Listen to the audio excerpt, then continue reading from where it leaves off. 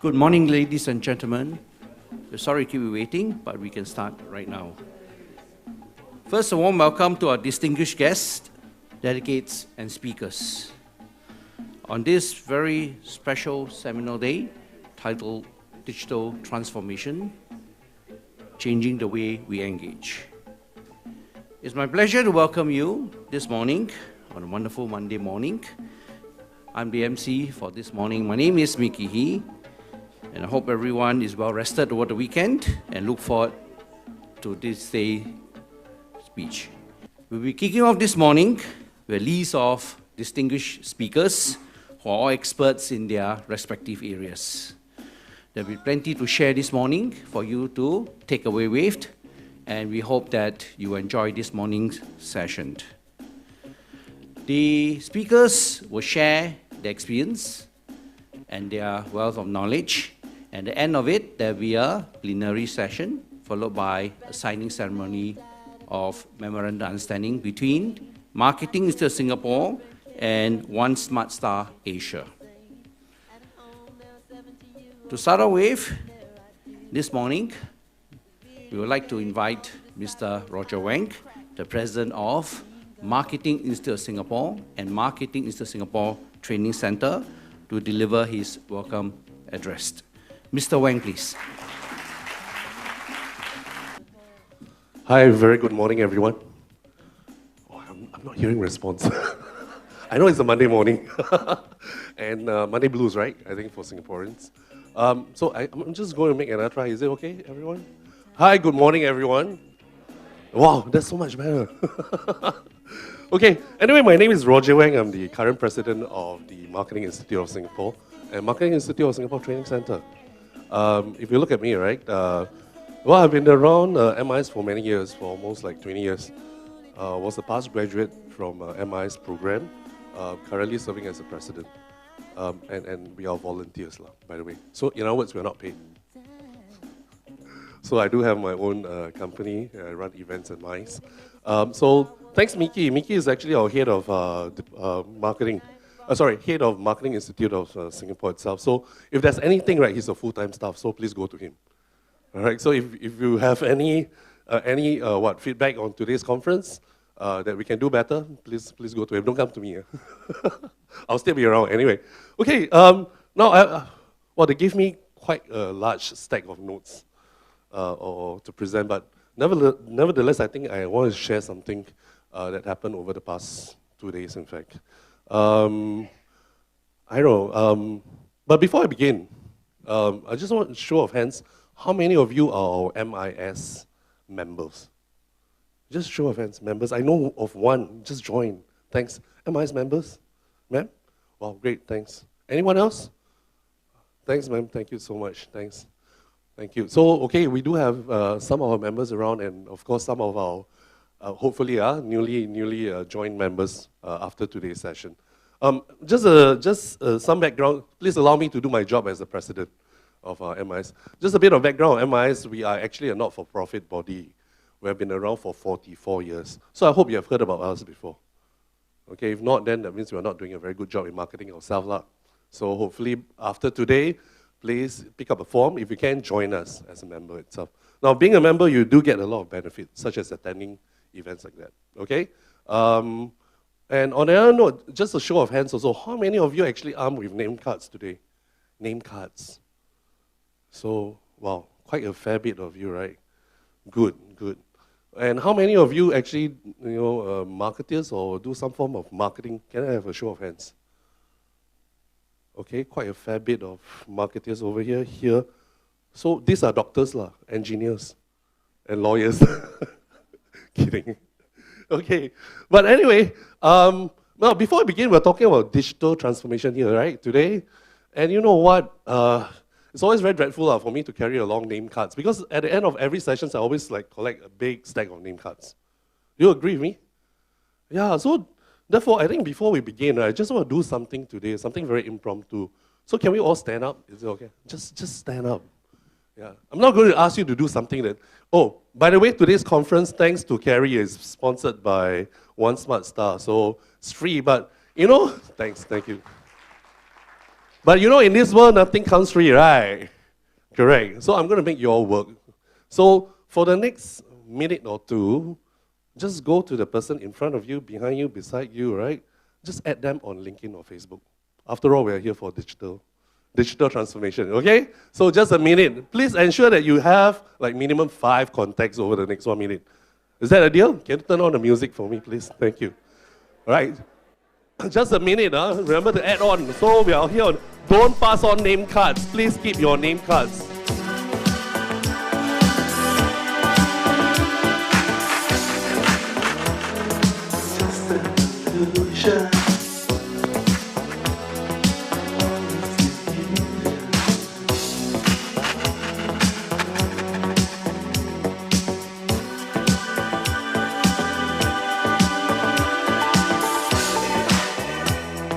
Okay. Now, just to share with you also something that happens to me yesterday. You know what happened yesterday? Yesterday, I think, okay, one of my peers is not here. I was with one of my clients, or one of my friends, so-called, from China.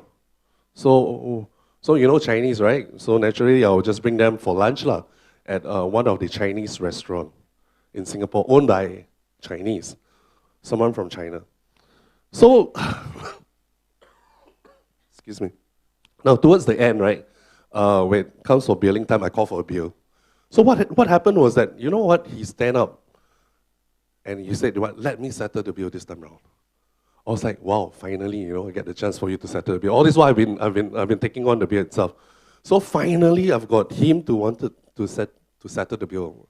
And I was relatively happy because that was like, you know, kind of an expensive restaurant. So what happened was that, so when he asked for a bill, he flashed out his not card, but his handphone. So he wanted to make the payment via WePay or Alipay. Now, unfortunately, that restaurant that owned by Chinese did not have that service available. So the next question I asked him is, what about your credit cards? You know, so still quite reluctant to bring out my wallet. So then again, he said, you mean what? You're so primitive. We don't bring wallets, we don't bring credit cards anymore.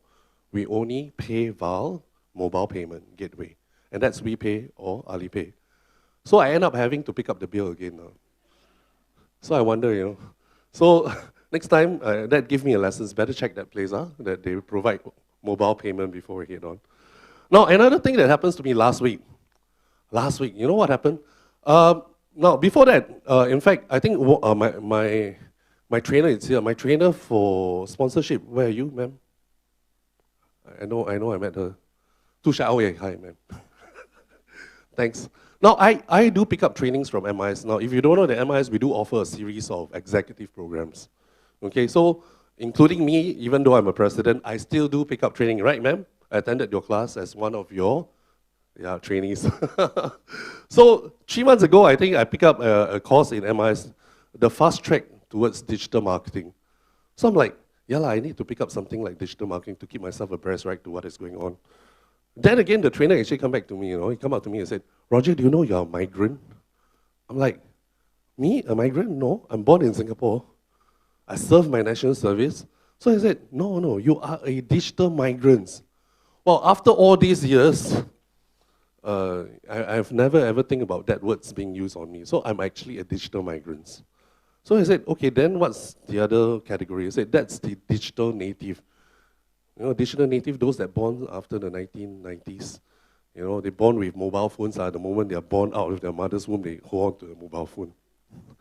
So I said, okay, so, right, I'm a digital migrant, and I'm learning to be a digital native, so I can be a newly acquired digital native. But one good thing, at least I'm not a digital alien, right? Okay, so that's why I would encourage, if you can, continue to learn about digital marketing. You can always pick up 1 or 2 courses from MIS itself, okay? And then what happened last week, in fact, I was with this author of this very famous marketer. His name is called Hermawan Kartajaya. I don't know if you know him. He actually co-authored quite a number of books with Professor Philip Kotler. So he was in Singapore itself, and this guy just celebrated his 70th birthday, you know.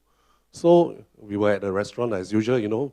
So by now, I think you should know, my favorite hobby is eating restaurant. So we were at the restaurants, and then he was picking up the menu, and then we ordered some food. So when the food came, when the dishes come, when I was about to dig into my food itself, you know what happened? He said, "Hold on, wait." I was like, "What?"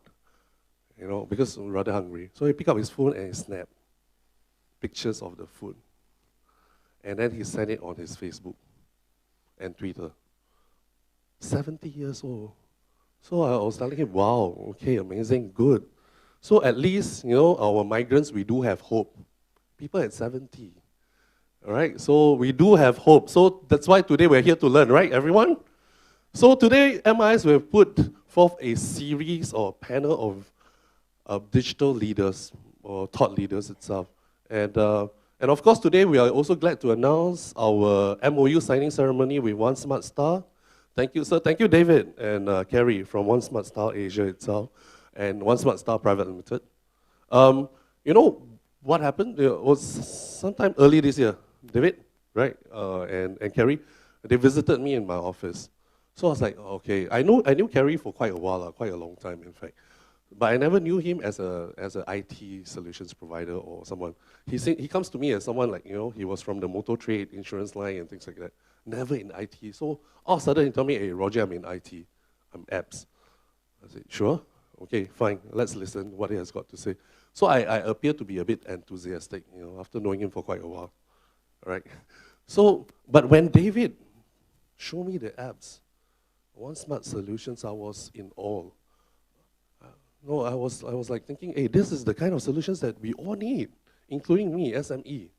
So, and for MIS itself, we are always looking out for partners like that to help to cross-promote their product, which we deem that it will benefit the industry. Okay, so therefore today we'll be signing an MOU together with One Smart Style in the area of collaborations, including perhaps some development and some data collections itself.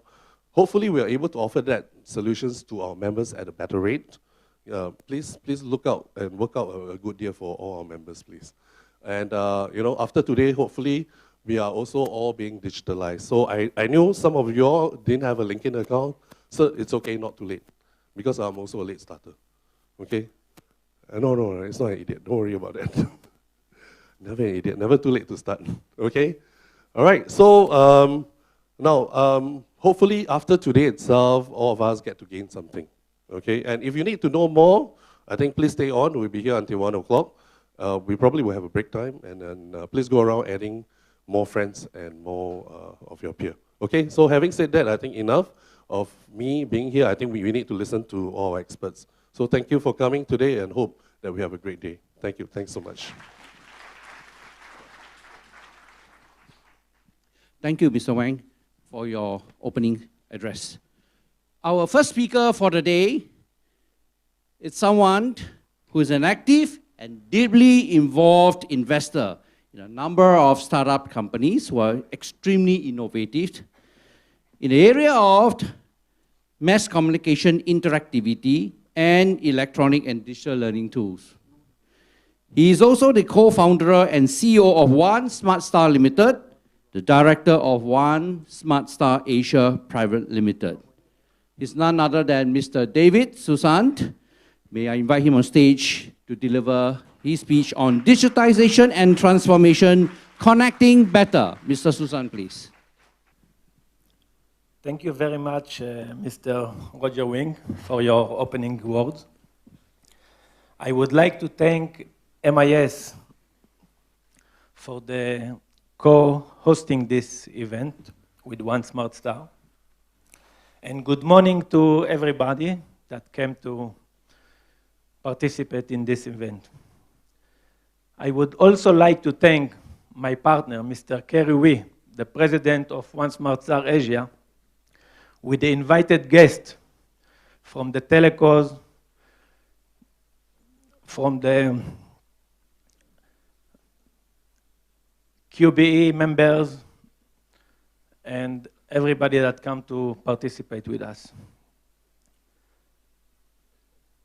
We know that every company would like to digital their businesses. But without transformation, it's impossible. We understand that one cannot digital without partnership. One smart star has found a way, limited cost and very effective for digital for every businesses. I would like to show you this solution, but before I will start the actual presentation, I will share with you a short movie that describes the general business, and then we'll move on. Please. Why? Why so many words? Why so many numbers? When all you need is one smart star. One smart star, transforming customer experience. So easy to remember, so simple to use. Unifying fixed and mobile phones, email, SMS, fax, post, VIVR, and apps, the unique 4-digit number simplifies customer access to your business. Whether by number or by name, One Smart Star improves brand recognition and increases advertising response. Using our new Starphone VIVR, your customers go directly to the services they require. Browsing multiple options, with Starphone they quickly find the one they need. Starphone means less zero outs and fewer customer center calls. Result, more satisfied customers with greater brand loyalty, buying more of your goods and services. Proven in dozens of countries by global brands and local businesses. One Smart Star, easy to remember, simple to use. Use the link or QR code to download the OSSN Starphone app.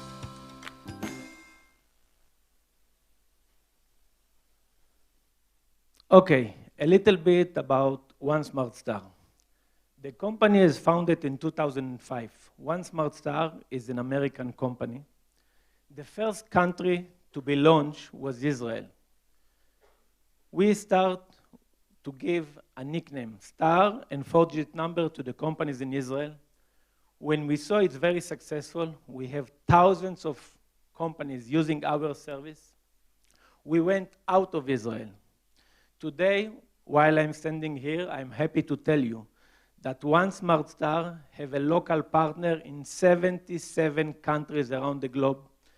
We have thousands, actually hundreds of thousands companies using this star number, and we have millions of people using and pressing this number every day. One Smart Star is a patent protected worldwide. What we actually saying? We're saying we narrow the gap between the corporate and its customers. Here in the middle, we took an example of our customers. We are serving banks, rental car companies, credit cards, hotel, you name it, all the sectors. Those companies, they would like that their customers will be easy way to reach them with all the communication methods via fax, telephone number, landline, mobile, SMS, postmail, email, website, and so on and so on. Our solution, we took an example here, Hsbc Bank. We are saying there is no integrated solution. If you look on Hsbc Bank advertising, newspaper, wherever, you see a lot of contact information that there is no integrated solution between them. If I will ask you now how to contact Hsbc Bank, you need to go to Google or to find their telephone number, to find their email, to find anything that you need. One Smart Star solution. We create, for example, for Hsbc, we call it a nickname, Star Hsbc. The meaning of your keyboard of the mobile phone, it's star 4722. In all the countries that Hsbc is our partners, is our customers, all what the people need to remember in order to contact Hsbc by any communication channel is just to remember star Hsbc. It's very simple, and it's increased the response between the customers and the company. I will show you just in how it looks. We were saying yesterday in the envelope. Today, you can use letters, you can use numbers. This is from Georgia, this is from Azerbaijan, this is from Bulgaria. We have examples of many countries. We are partner of National Post Office, of TNT, DHL, UPS, all the companies that doing delivery, carrier, boxes, envelope, they know how to deliver the envelope or the boxes with the automatic sorting machine to deliver to the final destination of the company. How it looks in the reality. This is a homepage of UniCredit Bank, International Bank. You see new number, star 111, envelope, Mercedes. They choose star auto. I can tell you that Audi using star Audi and Visa, Fiat using star Fiat, and Opel using star Opel. Mercedes choose star auto. Star auto for everything, for mobile phone, for envelope, for email. This is their contact. I'm showing you different sectors from different countries. This was from Slovakia. This is from Chile. The health insurance provided by the government. They choose star Vida. Vida in Spanish, it's life.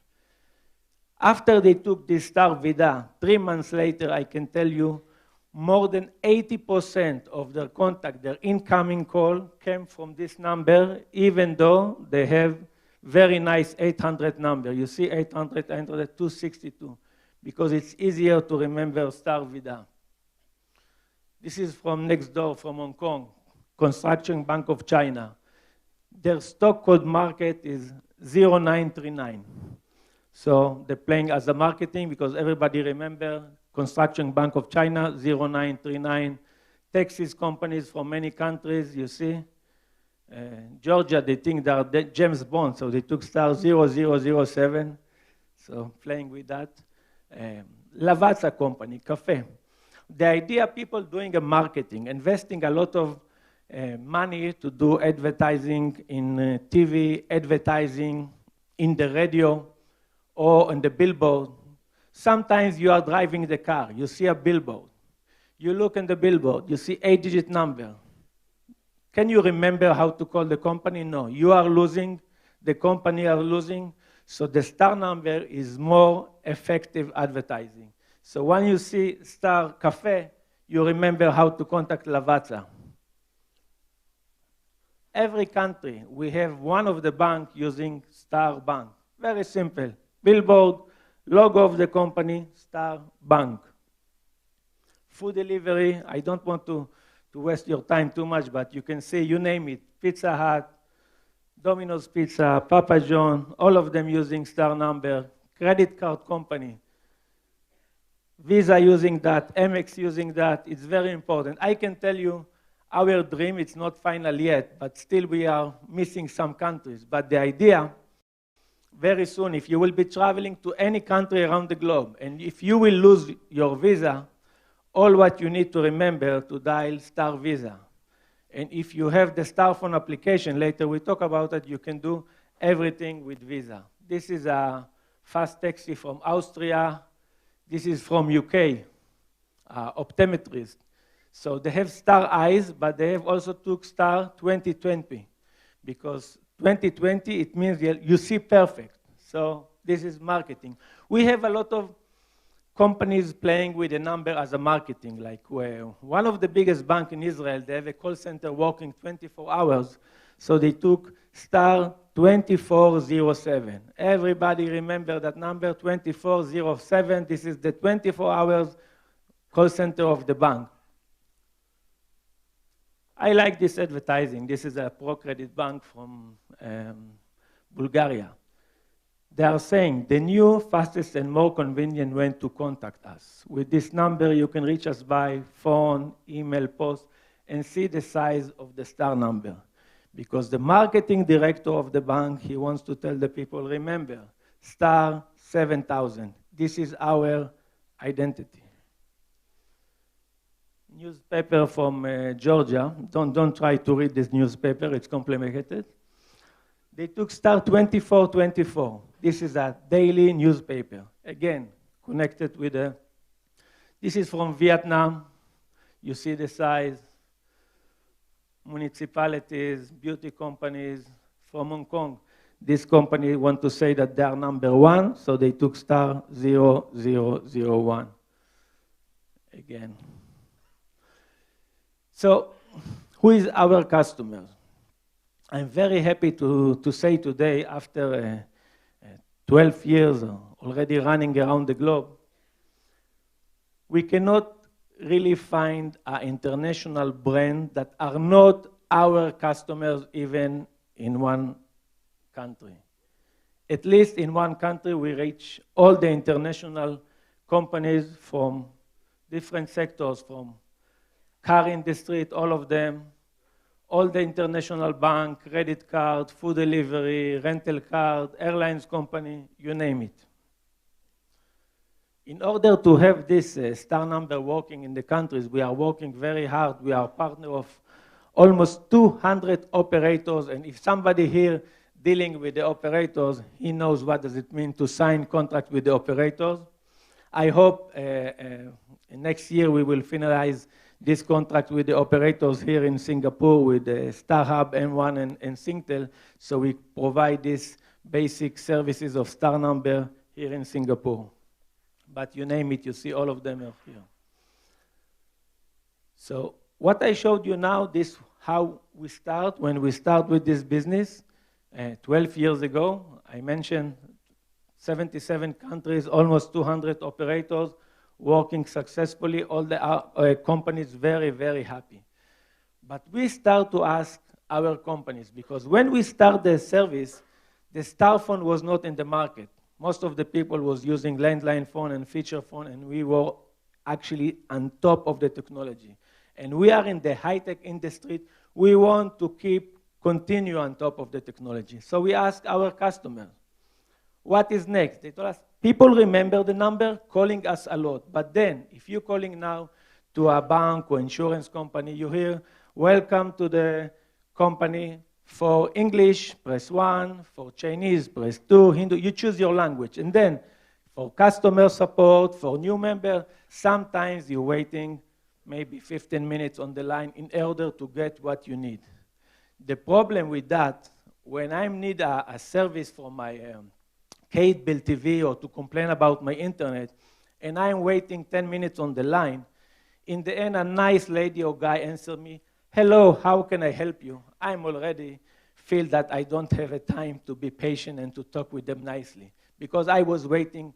So they lose the point. They're getting a lot of calls that they cannot handle that, and the situation is not so good. So we came with, this is the latest technology. We develop an application of visual IVR to visual all the IVR, and I would like to show you another video how to use this. Let's play a game. Remember this number, 632-775-80. Got it? Even I forgot. It's impossible. How about a shorter number? Star 647. That's easy. Starphone, a short and simple dialer bringing together all communication channels. No more need to use tons of applications for tons of companies. Starphone is the shortest way between you and all what you need. Starphone can use your location to find MIS event with a schedule near you, or you want to register training class at MIS Training Center. How do you get there? Just click the button and you're on your way. Yes, you can forget about. Hello, welcome to our long and boring menu. For accounting, press 1. For customer service, press 2. For operator, press 0. No more of that. Just dial and the dialer will give you all the possibilities on one simple screen. Available for iPhone, Android, Windows Phone, and in 50 languages. Download it now. Starphone. Enhance your capability. Call MIS now.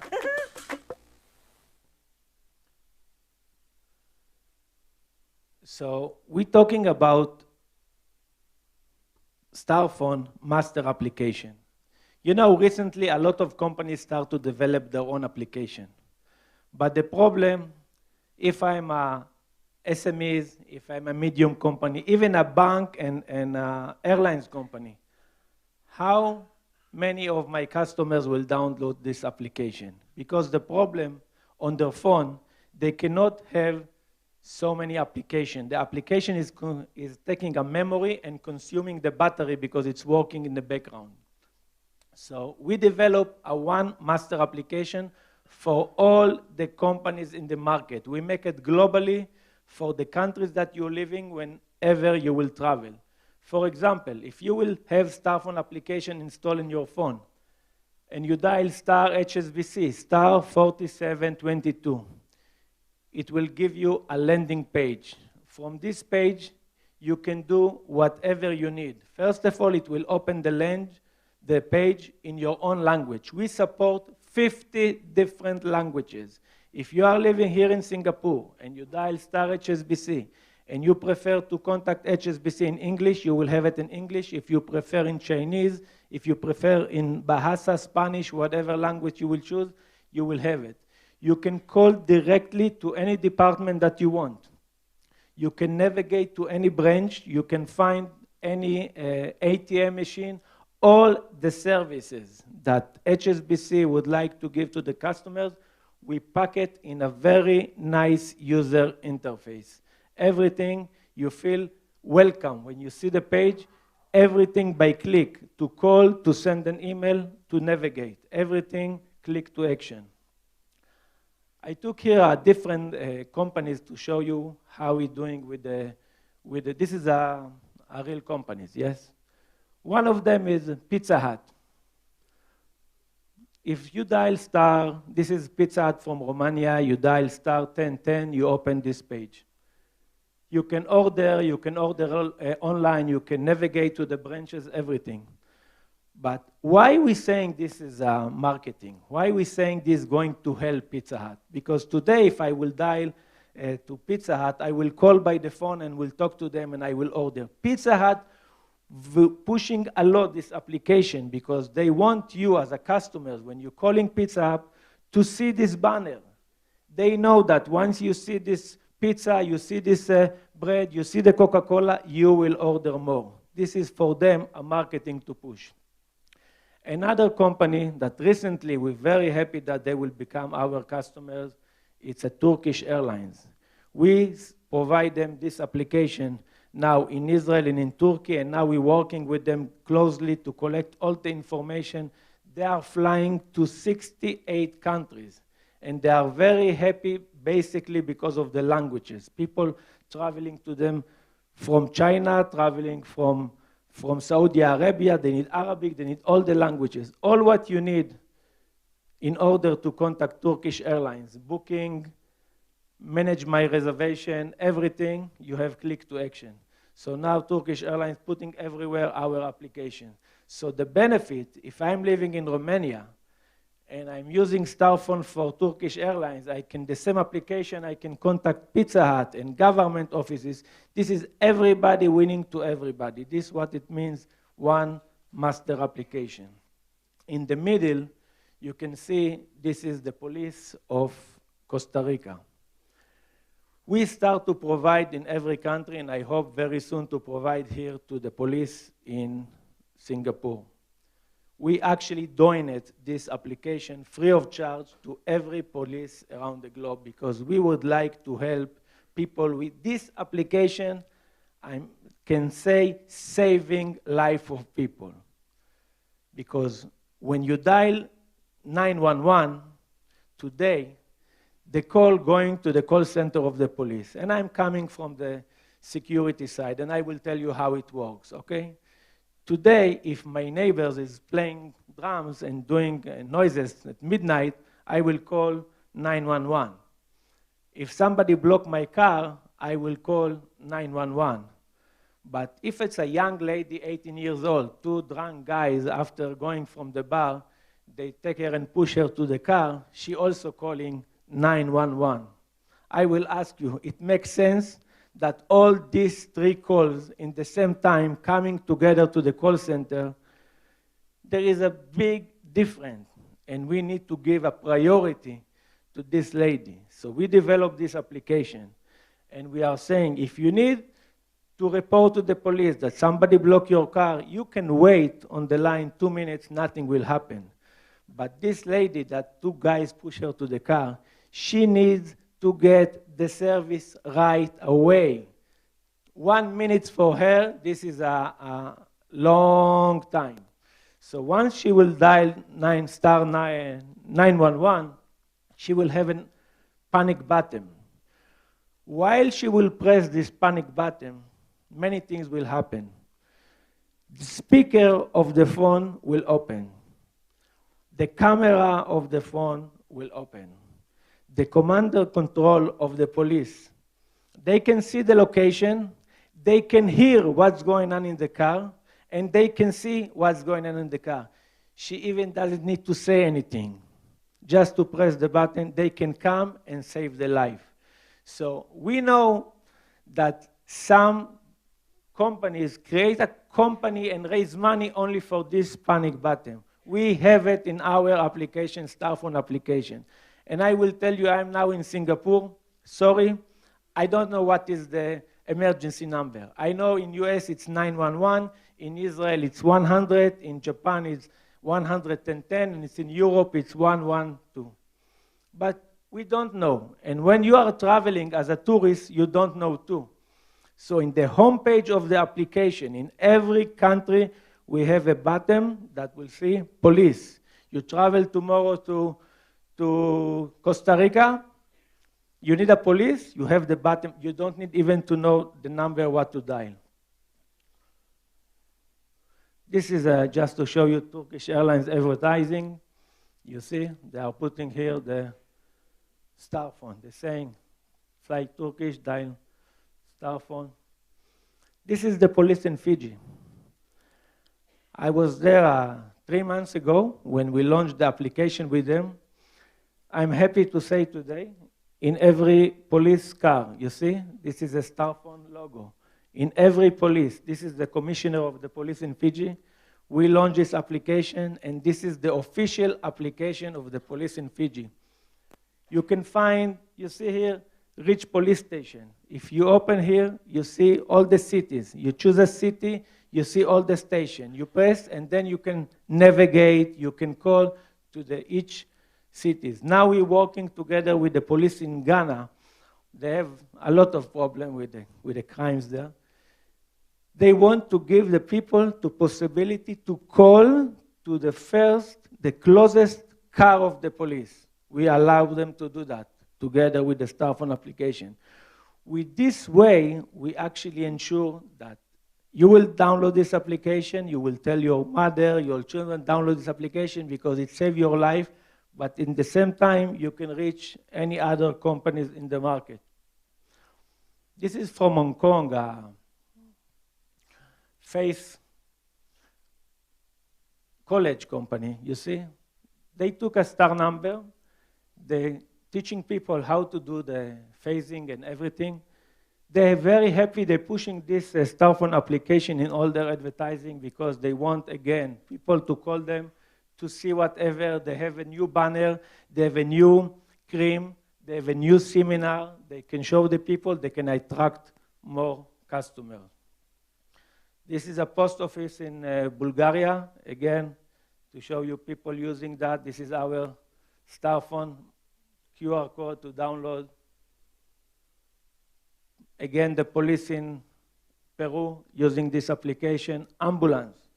With the ambulance now, this is, you see here, the command and control, but with the ambulance, we have a very good services because when a lady sitting with her husband, let's say, at home, and he got a heart attack, she's calling to the ambulance. And via the phone, she's in panic, and the doctor tried to guide her what to do. Now we're saying in the application, open a video call.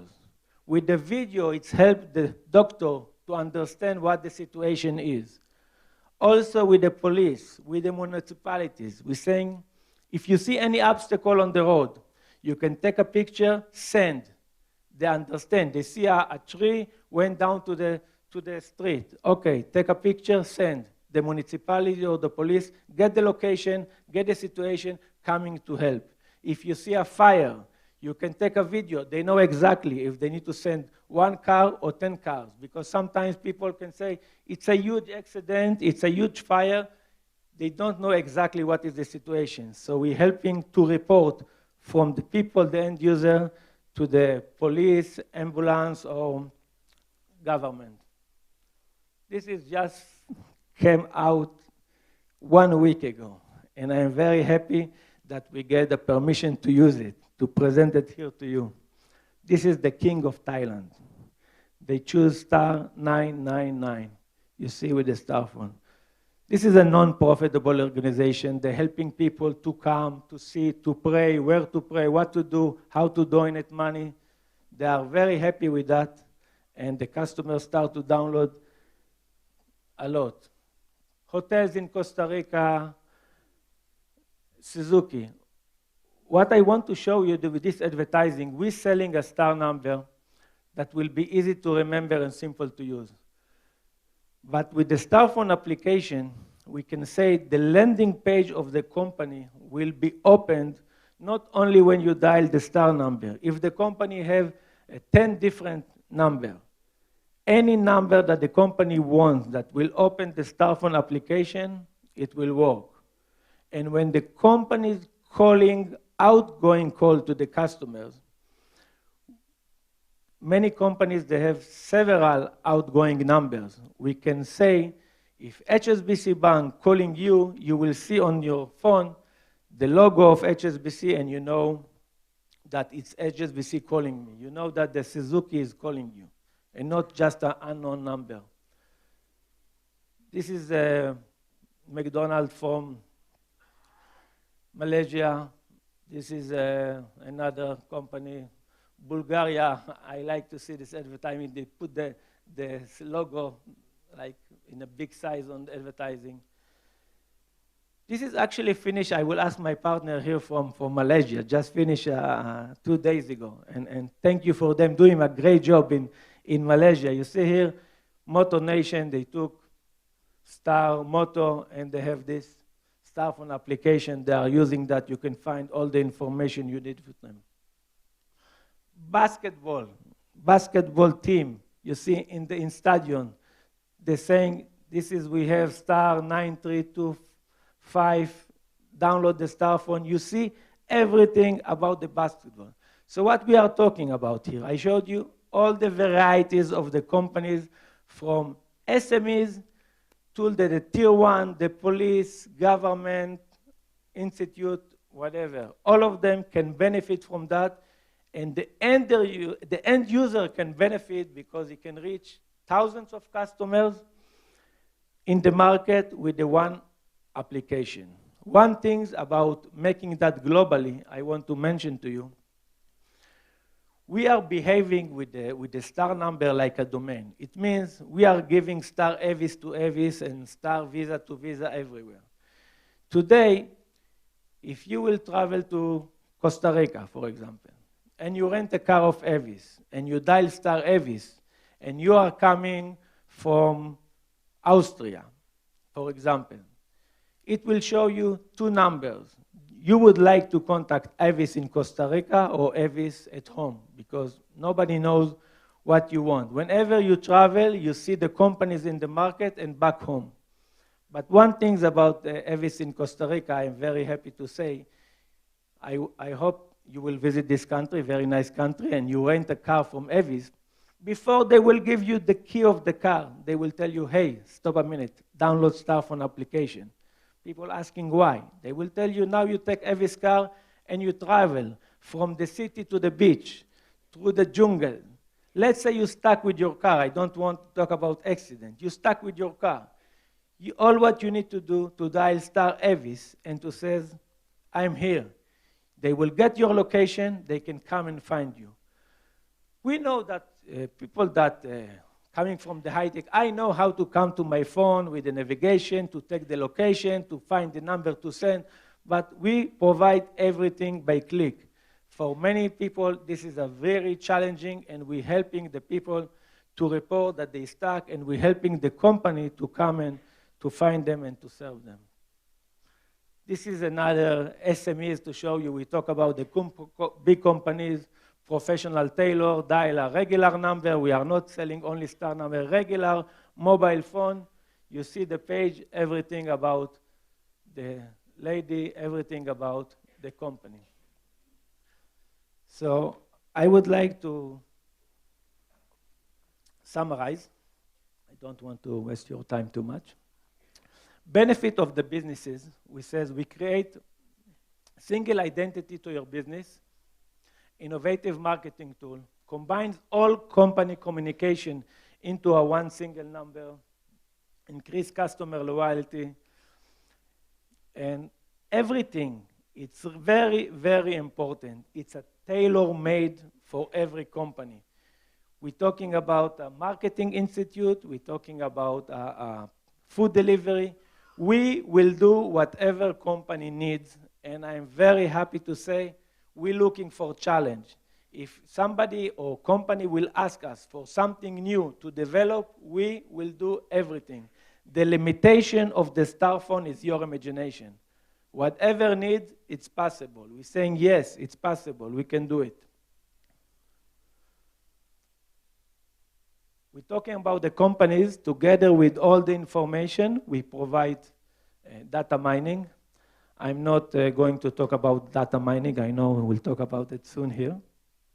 But we can provide the company how many people were clicking on each button, so they will know what to change, how to do marketing better, to help them to understand, because sometimes companies think that they know exactly what people need, but we give them the actual information. In the side of the end user, the benefit of the Starphone app, it's one master application. We mentioned one time you download, you save the memory on your phone. You can contact thousands of companies worldwide. No more to wait online and searching. One click to action, and you can find your own language in any country that you will travel. About Singapore, we're saying there are 8.3 million subscribers. Master application can save the daily need, the star number with the people using this application. It's easily global, international brands and companies with the same number across the world. I mentioned before, if you travel and you lose your visa, it's star visa everywhere around the globe. We mentioned it's a win-win situation for the SMEs, tier one companies, government institutes, and definitely for the end user. And one smart star number, it's one identity, it's easy to remember and simple to use. This is all what I want to say, and I will be happy with the recommended. Hi, my name is Star. Let's play a game. Remember this number, 06 Our new 22 partnership, 46 QB. 63 3. Got it? Even I forgot. It's impossible. How about a shorter number? Star 7 2 3. That's easy. Starphone, a short and simple dialer bringing together all communication channels. No more need to use tons of applications for tons of companies. Starphone is the shortest way between you and all what you need. Starphone can use your location to look for an insurance agency near you, or are you looking for QBE broker? How do you get there? Just click on the button and you're on your way. It's that easy. And yes, you can forget about. Hello, welcome to our long and boring menu.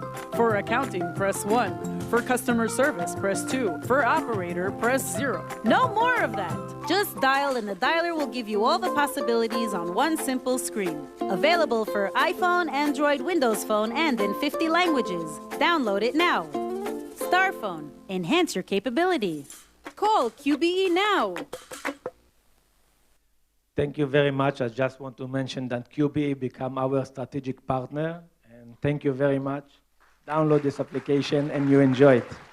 Thank you, Mr. Susan, for showing us how to connect better through One Smart Star technology. Our next speaker is a lawyer by training. He researches and teaches in media law and policy. He is also the author of Ordering Chaos, Regulating the Internet. Recently, he co-edited a 3-volume encyclopedia on digital communications and society.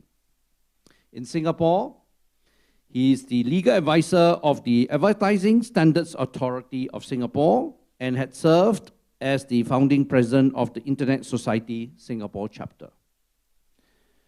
He is also currently the professor at the Wee Kim Wee School of Communication and Information in NTU, Singapore, and the immediate past president of the International Communication Association, where he is the first Asian elected. Let's put our hands together and invite Professor An Peng Hua for his presentation.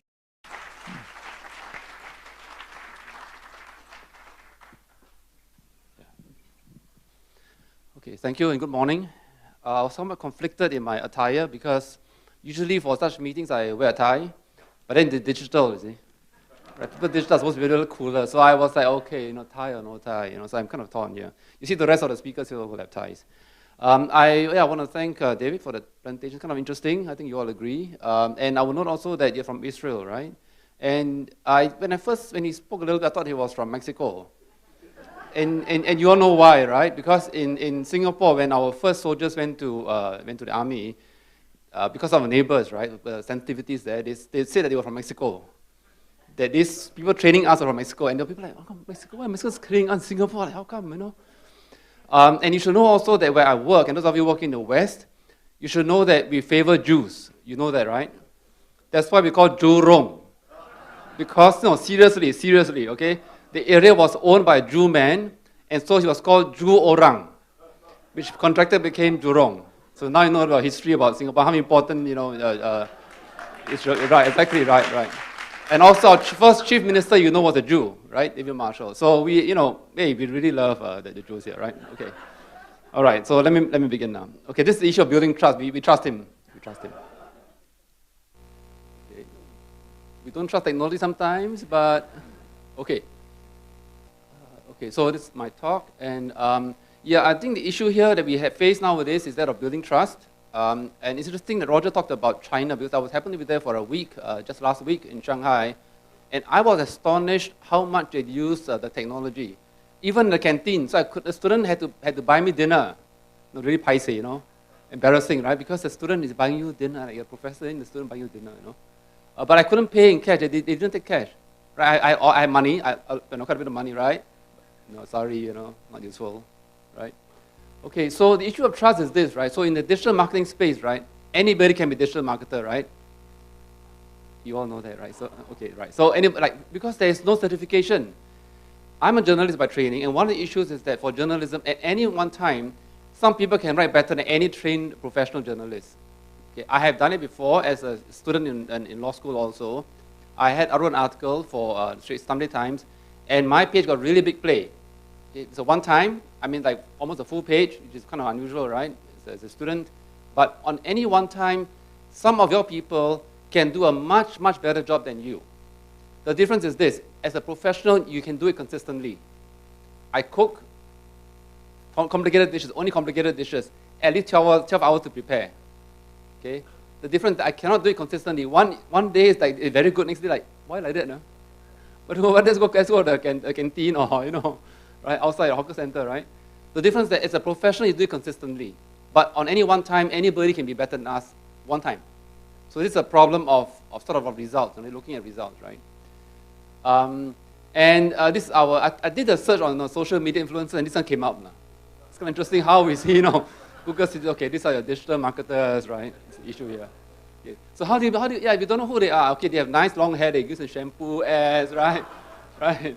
What else can they do? Like, how do we know them? How do we trust them, right? Okay, so this is an issue with us. So my diagnosis is this. Sorry, I know theory, right? Practice, I don't know. Okay, how do, So my cooking, I follow the recipe down. My vegetable, 195 grams, 195 grams.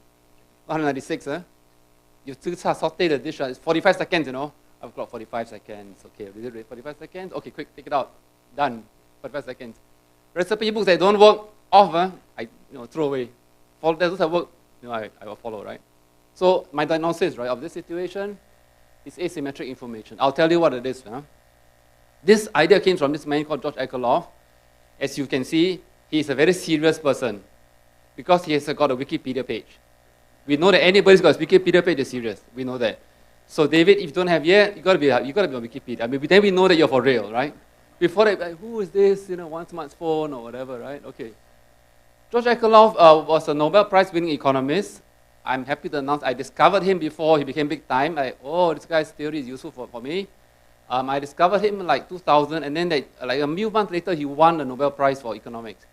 He's a very powerful man also because he's married to Janet Yellen, the chair of the Federal Reserve Bank in the US. So, talk about power couple. Okay, this is a power couple. So, his theory is this, and in fact, he won the Nobel Prize for this theory, which, by the way, is not intuitive. It's not common sense. Okay, and his paper is probably the most rejected paper for Nobel Prize-winning economists. Right? Many people say, this is rubbish. In academic world, we send our papers into unknown reviewers, and they can sometimes reject, right? So his theory, not intuitive, is this, that if you only have information, right, as a way to judge a product, and this information is incomplete, or in its term, we use asymmetric, right? I'll tell you what it is in a bit, then bad information will lead to downfall of the market. Okay, and actually, the term is the market is actually destroyed. Market destroyed. So this is a theory. So let me show you how it actually worked in Singapore. Okay, so here is what he did. I think used cars, right? Now we all know used cars has a very bad reputation. I'm one of the vice presidents of the case, and I'll tell you that used cars, by the way, has the biggest number of complaints, because by value. So if you're buying a used car, please use something called case trust. It's not a commercial message because if you come and see us, we collect some money from you. So it's not a in fact, so if you don't come and see us, we don't collect money from you, right? So I will tell you to use case trust because you get better results. And again, I'll tell you all this in a bit. Okay, so you know this, right? For advertising, which is what we all do, right, in this space, right? Some information is known to both buyer and seller, and some information is not, right? Okay, so information is it's not only to the seller, which means it's like an advertisement, right? Because as a buyer, you don't know the condition of the car, right? As a buyer, okay, David, I mean, we love you, but we don't know the product yet, right? It's asymmetrical, David. I'm sorry, we love you, but it's asymmetrical. Okay, so now here's what he did for his the theory. I put this Bugatti Chiron, not my dream car. My dream car is the Aston Martin DB11. I know. Because James Bond drove it, you see, so our uncle's want to drive. I'm an uncle, but I also want to drive the car, right? Bugatti Chiron is the most expensive car in the world, about $2.something million. I don't know what they do inside, okay, gold taps or whatever, whatever. But okay, so he says that suppose you have a bad car, okay, you want to sell it, right? Owners of bad cars want to sell, right? But if you have a good car, right, you want to sell it at the same price as the bad car, right? You think, hey, my car is better. Why should I sell at the same price, right? Okay. So what happens is that in the long run, you will hold back your car, right? If you have a good car, you will not want to sell it. But the bad guy says, hey, I want to sell the car, right? And so there's this pressure on the price of the car, right? And in the long run, what happens is that the good cars will disappear from the market because good car says, I don't want to rent at this price, Okay. I have a different model of accommodation. Where I live, I rent. I own a small condo near downtown, so I get a good rental. And then I live further away, so that the rental has in the past normally covered, but now the market is kind of bad for rental, so the market has gone down, and so it doesn't quite cover. But I'm still, preferring to rent. So I've been using the rental model. I've seen houses that stay empty for months. Okay, where I live, it's empty for months because the owner refuses to rent. It's too low a price, doesn't want to rent, right? So what happens is that those of where rent is like older houses. Okay, some maybe like this house of 1980, right? Yeah, how do you know 1980? I laid the tiles. My friends said, oh, I laid those tiles, or I bought those tiles, or whatever. So, if you have a bad product, then the price will go down, and if you have a good product, you won't want to sell them. So the result is that these good products will disappear from the market. Okay, and eventually, only lemons will be supplied. Only lemons, okay. And so this market is destroyed. Classic case of where this happened is Sim Lim Square. Okay, David, Sim Lim Square. Some of the operators on the first, second floor, be very careful. We love you, so be very careful. Third and fourth floor, and Singaporeans, we know, okay, go ahead. We'll take our stairs, take the lift up. Don't go on the second floor, right? Don't. Okay, it's cleaned up a lot. Okay, but when the incident happened, right, with the Vietnamese guy, the amount of business in that shopping mall dropped by 30%. Whole business. So if you are a landlord in a place, right, you actually should cut your rent by 30% because the whole business fell by 30%. Right? That's how bad it was. Right? So this is the case of the market was not destroyed, dented, but in some cases market can be destroyed. You can see how this works. So let me give you some examples, right? Okay, right. So if the social media brouhaha, right, because social media we already know is one asymmetrical, right? We don't know the product, right? We don't know the service, right? Prediction says the market will drop to 0. Prediction. It's a question. Did that happen or not? Right? So you know what? You know the headline, right? Okay, Singtel said sorry. The CEO said sorry. Please, okay. At the level, they are the lovers, okay? They never ever say they're sorry. Okay? So people don't say they're sorry, right? So to say sorry is a really big deal. And you can see Chua Sok Kung, okay? Just tell you my age and how big time these people are, right? She was my schoolmate in school. So yeah, I know. Okay, but yeah, no, big time. So I have some friends I can rub shoulders with, right? Okay. We regret that, okay, this employee did not adhere, terminated the services, basically sacked, right? And agency also basically was sacked as well, okay? But I don't know if you know the whole, some of you would probably know this, right? Behind the scenes, right? Ad budgets, dropped to 0. Market destroyed. Really, at least, okay, temporarily. It wasn't I was surprised. I thought like maybe freeze or whatever, so slow down, but it's actually dropped to 0. In other words, people didn't spend. Okay, because you see, what happens if you spend, then people think, oh, you know, this cannot be trusted, you know. Which is why, again, many of you will know this, right? In a war setting, right? A lot of people watch TV, listen to radio, buy newspapers, but advertising they do not jump in. Because you don't be associated with this kind of, bad situation, right? What was a bad situation? The bodies, people dead, bombed, all that, so you don't want to associate it, right? So this was borne out. I myself was surprised because I expected something like this to happen. It's kind of waiting, we send guidelines, and then it dropped to actually 0. I was really surprised. I was told this by some people in this marketing space. So the lessons, right, is that asymmetric information, one-sided and therefore unreliable, can cause markets to fail. Okay? So you need credible information, right? So now what do you do? And this is where, I think this is where all of you are concerned what to do, right? So Josh Akerlof had a solution, right? So he says signaling and screening. So in a way, all of you here are signaling, right? That you are serious about this space. What do you want to do to make your marketing more credible? How do you make sure that your marketing is not the other extreme, incredible, right? You want it to be believable to reach your marketers. So one of the ways that he suggested was self-regulation. Okay? And you will know why self-regulation, because the alternative to self-regulation is government regulation, which I think in the marketing space cannot work because you stifle your creativity. Okay? So the problem is now, the question is, has it worked in Singapore or not, right? Okay, so this is the theory right now. Can you work or not? In Singapore, we are so different, right? Okay. So this is an example that I gave, and when I show this to audiences, especially American audiences, you can see the jaw like fall to the floor, right? So let me tell you how to read the numbers. This is used car dealers' self-regulation in Singapore. When you hear this, Americans like, I cannot believe self-regulation will work. Cannot work, anywhere, but Singapore, how does it work, right? Okay. So this is under case trust, and that's why I tell you, if you're buying a used car, please use the case trust self-regulatory model for cars. Okay? It works. Okay. So this is the number of complaints in 12 months, right, before, right, 149, almost 150, right?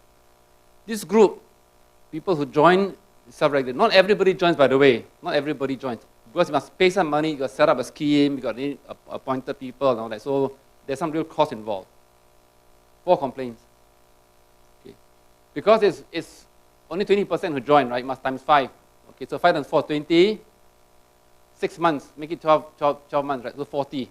So proportionately, to keep this ratio the same, 40 complaints in 12 months versus 149 complaints. The difference is this, right? You guys will know, complaints is not just quantity, it's also quality of complaints. These complaints were easily resolved. Easily meaning within a month, okay, problem solved. Right? You don't have people running away for deposits, no defective cars, right? Easily resolved. So you can see the ratio here, the difference, right? And I will tell you that in case many people, my committee members, right, the other committee members were very nervous because like, hey, used cars, can we trust the dealers or not? Right? Because everywhere, like, used car dealers, right, low reputation, right? Sorry, if you're any used car dealers here, don't take it personally. It's the industry, not you. We love you, but it's not you, right? But the theory says it can work. Okay, so the theory comes in, and in fact, it's shown to work. So actually, it is happening. The result, unfortunately, is that because this is working, some people are actually backing out. They're actually backing out. But as a whole, the number of complaints has actually fallen, right? And those people who, because they don't want to pay the money, they say that we don't pay the money, but we follow the guidelines. And so industry as a whole has improved, has cleaned up the act.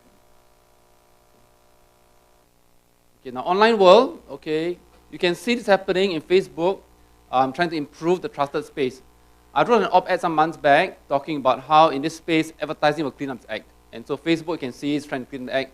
Google also, I don't have time, so I didn't drop Google. The YouTube, because there's some problems. If Google YouTube, look for YouTube and complaints, there was an investigation showing that ads appearing linked to extremist sites. And so Google had to clean up that as well. So I think in this space, things will improve. So in fact, on a fake news front, I think the situation will improve, right? The point though is this, that these are experts in marketing space. They're trying to clean up the act. And so I think you all as managers here have to be very conscious that without this kind of cleaning up, you will have issues down the road. Your ads will not be trusted. Your marketing will not be trusted.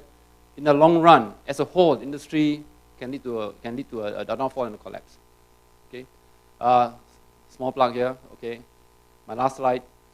So in building trust in Singapore, what we try to do in the digital space is to have some guidelines for social media marketing.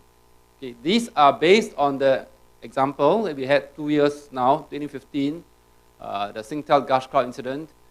Actually, we had it ready for, in fact, about 2 years before that. No? But people were not motivated. They couldn't see the result. But because of the incident, people became aware that if you don't have this kind of guidelines, it's going to lead to destruction of the market. So we have some guidelines. These are self-regulatory. They are available online. You Google them. They are available online. The important thing is that it builds trust in the system. And I think in the long run, that leads to a healthier marketing situation, and therefore a healthier marketing industry. Okay, on that note, thank you. Thank you, Prof. Wang, for his lesson on building trust. Our next speaker, the one and only one lady speaker, in Asia since 1991, is an expert business and marketing specialist with more than 25 years of agency, technology, and consulting experience. She is an active advocate of the data-driven marketing industry and has served as chairperson of DMAS since 2012. She represents the direct and data-driven marketing industries on several Singapore government councils, including the Advertising Standards Authority of Singapore and NTUC Associates Program. She's none other than Miss Lisa Watson. May we welcome her on stage, please. All right.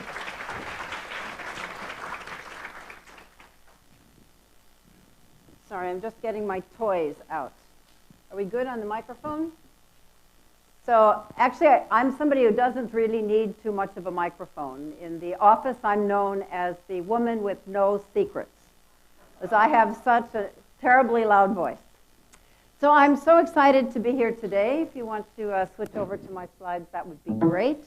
I'm going to talk a bit about changing the customer experience and taking a look at new ways that companies are using data to change the way they interact with their customers.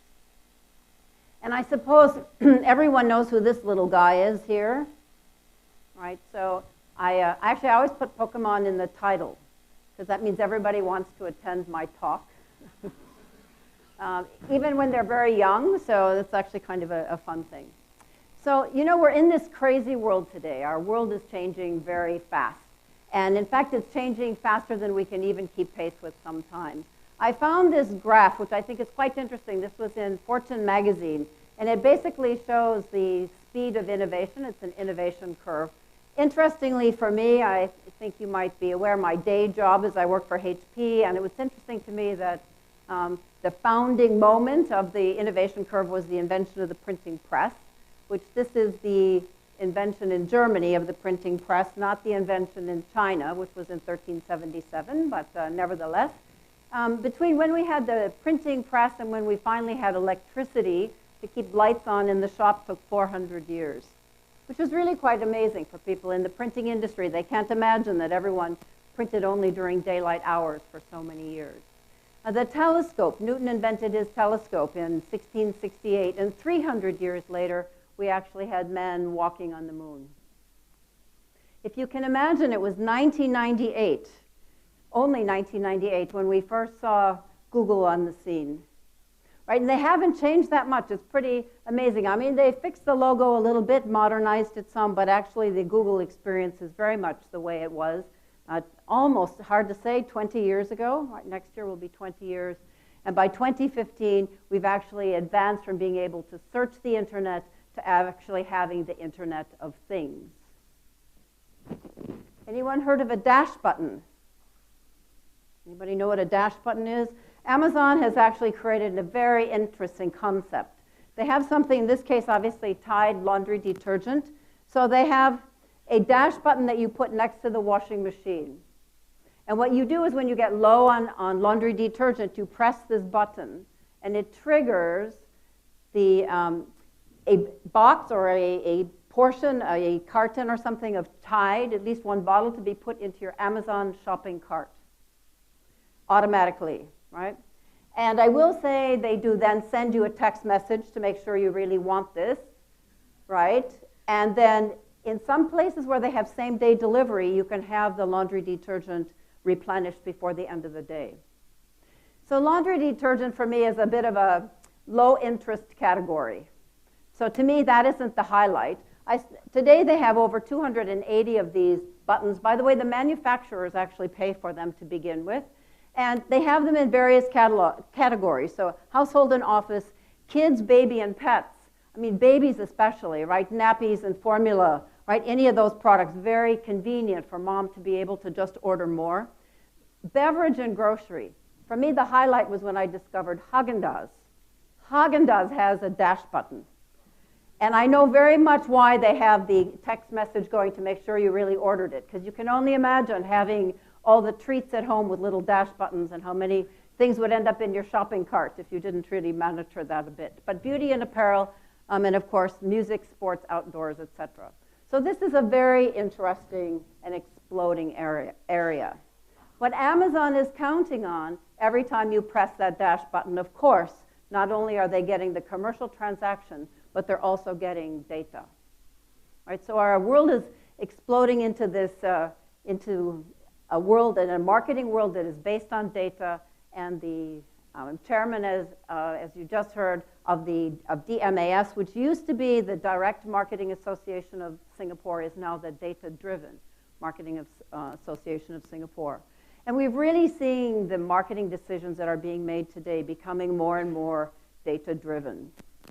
Now, it's interesting, you know, we hear this term big data all the time, and I think it's kind of there's a timeline, believe it or not. 73 years ago is the first time the word big data actually came on the scenes. And in 1944, big data meant something completely different. You know what the worry was in 1944?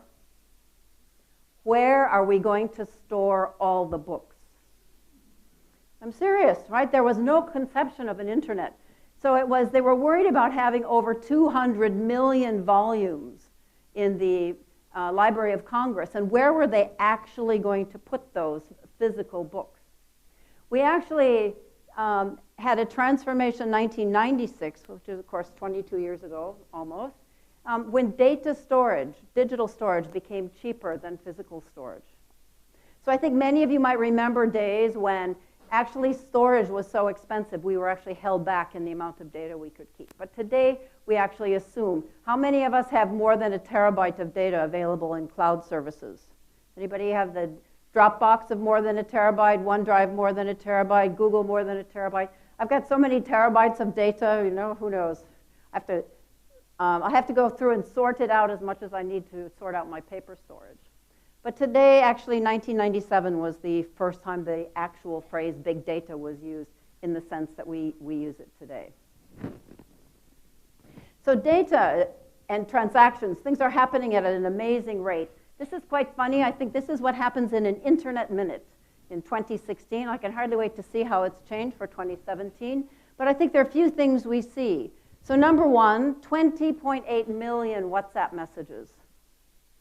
Right? How many of those I think like 1 million of them came to me almost every minute, it seems like. Just while I was sitting here, the world's going crazy. 150 million emails were sent every minute.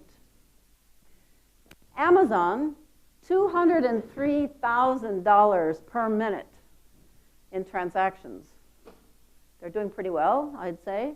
Actually, I'd like to compare them to some of the other, especially the platforms in China, if we would ever get that data available.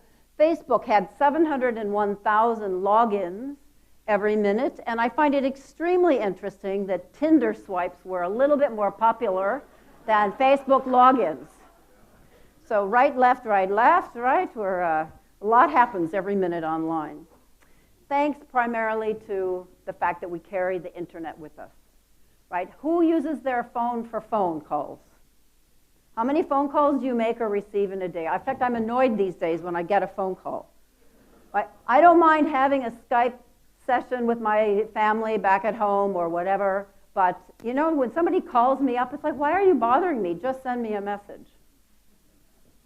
In fact, we have more mobile phones today than we have people. And remember, there was a time we stood in a queue and had to have the right change in order to make a phone call. And many of you I can see out there wouldn't even imagine that those days would be possible. Today, of course, we carry the capability not just of making phone calls, but we have more power in our mobile phone than it took to send the man to the moon in 1969. So the phones have changed everything about the way we interact with our friends. It's changed completely how we interact with our families. It's interesting as well. I found some data. This is from a Deloitte study. And it says that 83% of people in the emerging markets, 62% of people in developed markets go on their phone within 30 minutes of waking up. Anybody sleep with the phone next to the bed? All right. Anybody still use an alarm clock? Actually, that's the more important question. Or do we just use our phone, right? The number of times I fall asleep with my phone in bed with me, right? It's really hilarious. I rarely make it 30 minutes from when I wake up to when I've actually checked my phone the first time.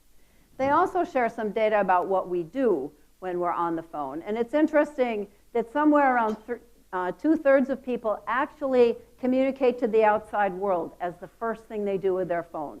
They send text messages, they send email, they go on social media. I've learned, however, that if you live in a city with a lot of traffic, not a lot of traffic like we say here in Singapore, because we don't actually know traffic, right? But if you're in Bangkok or Jakarta, Manila, they all go on their phone immediately to see what the traffic is like and the weather. Because if it's not too bad, they can sleep longer.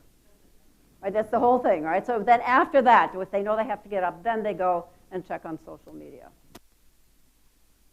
So this has led to some interesting social things, right? So we have this kind of amazing thing. I found an article on the business etiquette of using emoji in your emails. So I must say, I'm a big fan of just putting the little smiley in an email when I've actually done something, it said something kind of terrible, but I don't want them to feel too bad as a result. I always put a little smiley or a winky or something there. And I found actually Twitter published some data about the most popular emojis that are used in different countries. And again, I think there's some interesting results here. Philippines and Indonesia, we see a lot of, I must say I don't really use this one, but we see a lot of that gritting their teeth. When I have teams in from Philippines and Indonesia, they all resonate with that. Italy, Japan, Korea, France, they're in love. Then we have kind of a terrible thing happening here. I think we're just about 1 year ago, right? You know, there was this thing called an election in the US, and I don't really want to talk about my politics too much, but I think this might be part of the result. Canada's also upset about it, you can see. They were much happier before. The UK, of course, that would be Brexit, so they're also struggling quite a bit. We have music, right? Brazil, Argentina, Colombia, and we get to India, Mexico, right? We're all at peace. So very interesting characteristics. I'm really sorry we didn't have Singapore on the list. I want to mention something a bit. I had Pikachu there, right, about Pokemon Go. I think Pokemon's a little bit not so much Pokemon Go anymore. I think we might have moved on. For me, the most interesting thing that's happening online, or has just happened online about 2 weeks ago, 3 weeks ago, is this, right? The incredible phenomenon of Singles' Day or 11/11. Right, so this is the Global Shopping Festival of 2017. The Global Shopping Festival of 2017. So in the 1990s is when the idea of Singles Day was first came out in China, right? It was called Anti-Valentine's Day. But in 2009, Alibaba got interested in it, and they decided to try to turn it into an amazing extravaganza of shopping.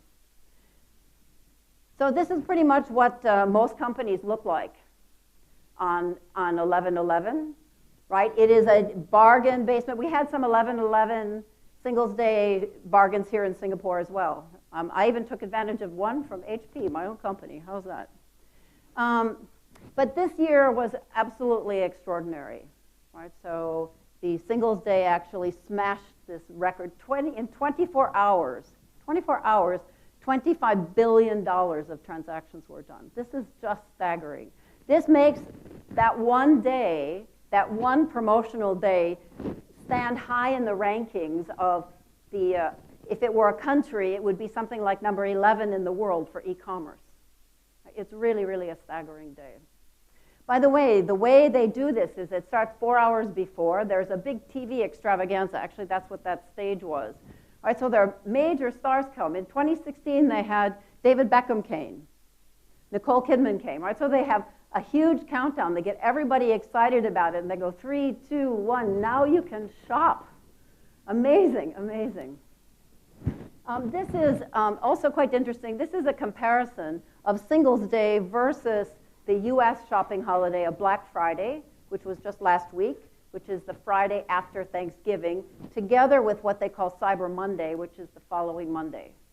Right, so this is what's interesting to me. In 2011, you can see that Black Friday and Cyber Monday were actually ahead, almost 3 times the sales of the transaction value in Alibaba, in Singles Day.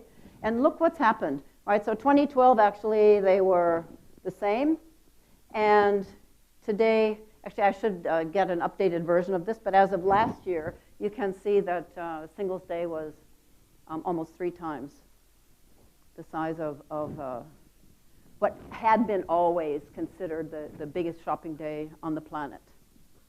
So I think really watch that space. I mean, I can say this, as you probably have gathered from my accent. I'm from the U.S. I'm one of those Americans that you just heard about from Pengma. But it's, there's a lot to be learned. I think the world should start looking at some of what's going on in China in terms of commercial success.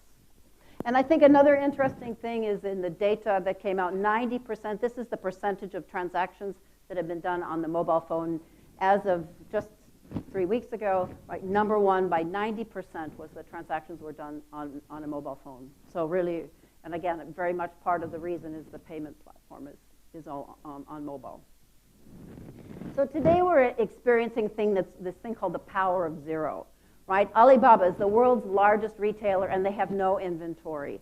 We have Facebook. I love this concept of Facebook. Imagine somebody said, we're going to create a new media brand, and it's going to be empty. Imagine you set up a TV channel and it's empty, and you just say, okay, people, you can put some of your own programs on there. Who would have ever thought that would be successful? Or you publish a newspaper and you just send out blank paper until people actually write articles and put it on there. But that's fundamentally what Facebook has done. They've created an empty shell. And how many of us are on Facebook? How many of us have posted something on Facebook already once today? Oh, a couple brave souls are willing to admit it. Right? We actually go and we make that a compelling platform. It's generating incredible advertising revenue. Right? We have Airbnb, Uber, Netflix. All of these companies are not in the traditional business model. They're all in the business of data. Right? What Facebook wants is the data about us. They want to be able to profile us. They want to be able to target advertising to us. They're in the business of data. What Airbnb wants is they want to know about our preferences. They want to know where we travel. They want to be able to target advertising to us based on data. And it's important to realize that once data becomes important, that we become aware that we also experience what we call the power of one. And the power of one is the power of the single consumer in today's world. So it used to be, I mean, as marketers, we could tell consumers when to buy and what to buy. Well, today's world, of course, that's all quite different. And the millennial generation, and somebody just said to me they're really tired of hearing about millennials, so I might have to change this a little bit, because maybe we are getting a little tired of it. But you know, it is the me generation. It's really about wanting the world on their own terms. Millennials are lazy, entitled narcissists who still live with their parents, but why? They'll save us all. Right? It is where the world is going. It's something we need to adapt to. And there's a quite famous little acronym, IWW, IWW, IWI. And probably you don't know what that means, but you will as soon as I show you. I want what I want, when I want it. And when do I want it? Now, absolutely. All right, so we need to be able to change the type of experiences that millennials are having with us. And you know, they're not saying, leave me alone. They're saying, show me advertising, tell me what's going on in the world, but do it in a way that's relevant to me. So as marketers, we have to change the way we think. We can no longer think in volume terms. We have to think in terms of value. And we want, of course, everybody's heard about this, but it's more important than ever before to find the right customer and match them with the right product at the right time, at the right price, through the right channel, and to communicate with them in a way that makes sense to them and is relevant to them. And of course, we need data to do this. So for me, data isn't just important, it's actually oxygen. Pure oxygen will kill us. Right? We can't live only in the world of data. We have to have the right data. We have to be responsible about the way we use data. And when we use data in the right way, it allows us to reach and target the right customers. It allows us to personalize and customize the experiences they have with us. And it also allows us to track and be accountable for our end result. So I want to share a couple of examples now of the way a few brands have been engaging customers and consumers in quite new ways. I want to start with one of my favorites. So everybody knows Coca-Cola, of course. I won't ask if anybody doesn't know Coca-Cola, but I think everybody knows Coca-Cola. And I see that's a regular bottle of Coke, and I call that the Coke for everyone. But there's also a Coke for me. And as soon as, in their campaign, the Share a Coke campaign, right, they turned that bottle of Coke from a Coke into my Coke. Now imagine if I'm in a shop and there's one bottle left of Coke with a Lisa on the label. A lot of other names on there, a lot of other product, but there's only one that says Lisa. If somebody else buys that who's right in front of me, you know, I'm probably going to say, excuse me, is your name Lisa? I mean, or is that your wife's name or whatever, right? And I might even say, you know, would you mind? Because that's kind of my Coke. And my name's Lisa, and here's my card, I'll prove it, right? So I'm not stealing it, I just would really like to have it because I think it belongs to me. A very interesting emotional link, right, with a bottle. And it launched and was part of a very successful campaign for Coke, right? They spent more on the bottles that have names on the labels. The packaging itself cost more. But the impact was really quite tremendous. So they pilot tested this, interestingly, in Australia in 2011. Share a Coke itself as a campaign was bigger than that, but the idea of the names on the bottles started in Australia in 2011. They had consumption grew 7%. That's a lot for a big brand like Coke, such a mature brand. Right? In the US, it reversed a 10-year decline in sales. So they rolled it out to more than 80 countries worldwide, and you know, in Singapore we had a version of it.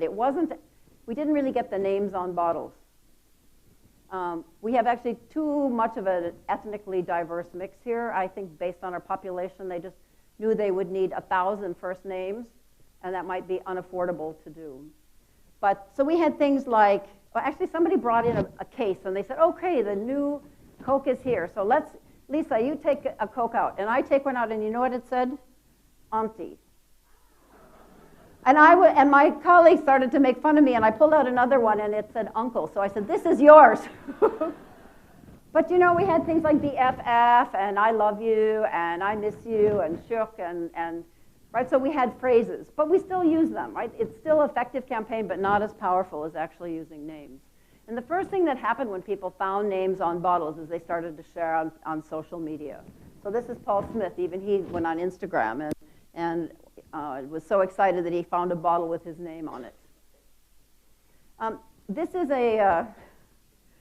some interesting uses of the bottle. So this is one. All right, so this was in the UK, and they did names and phrases. So beautiful Eloise, will you marry me? So some young gentleman decided to propose to his fiancée. Is this a man's fridge, by the way?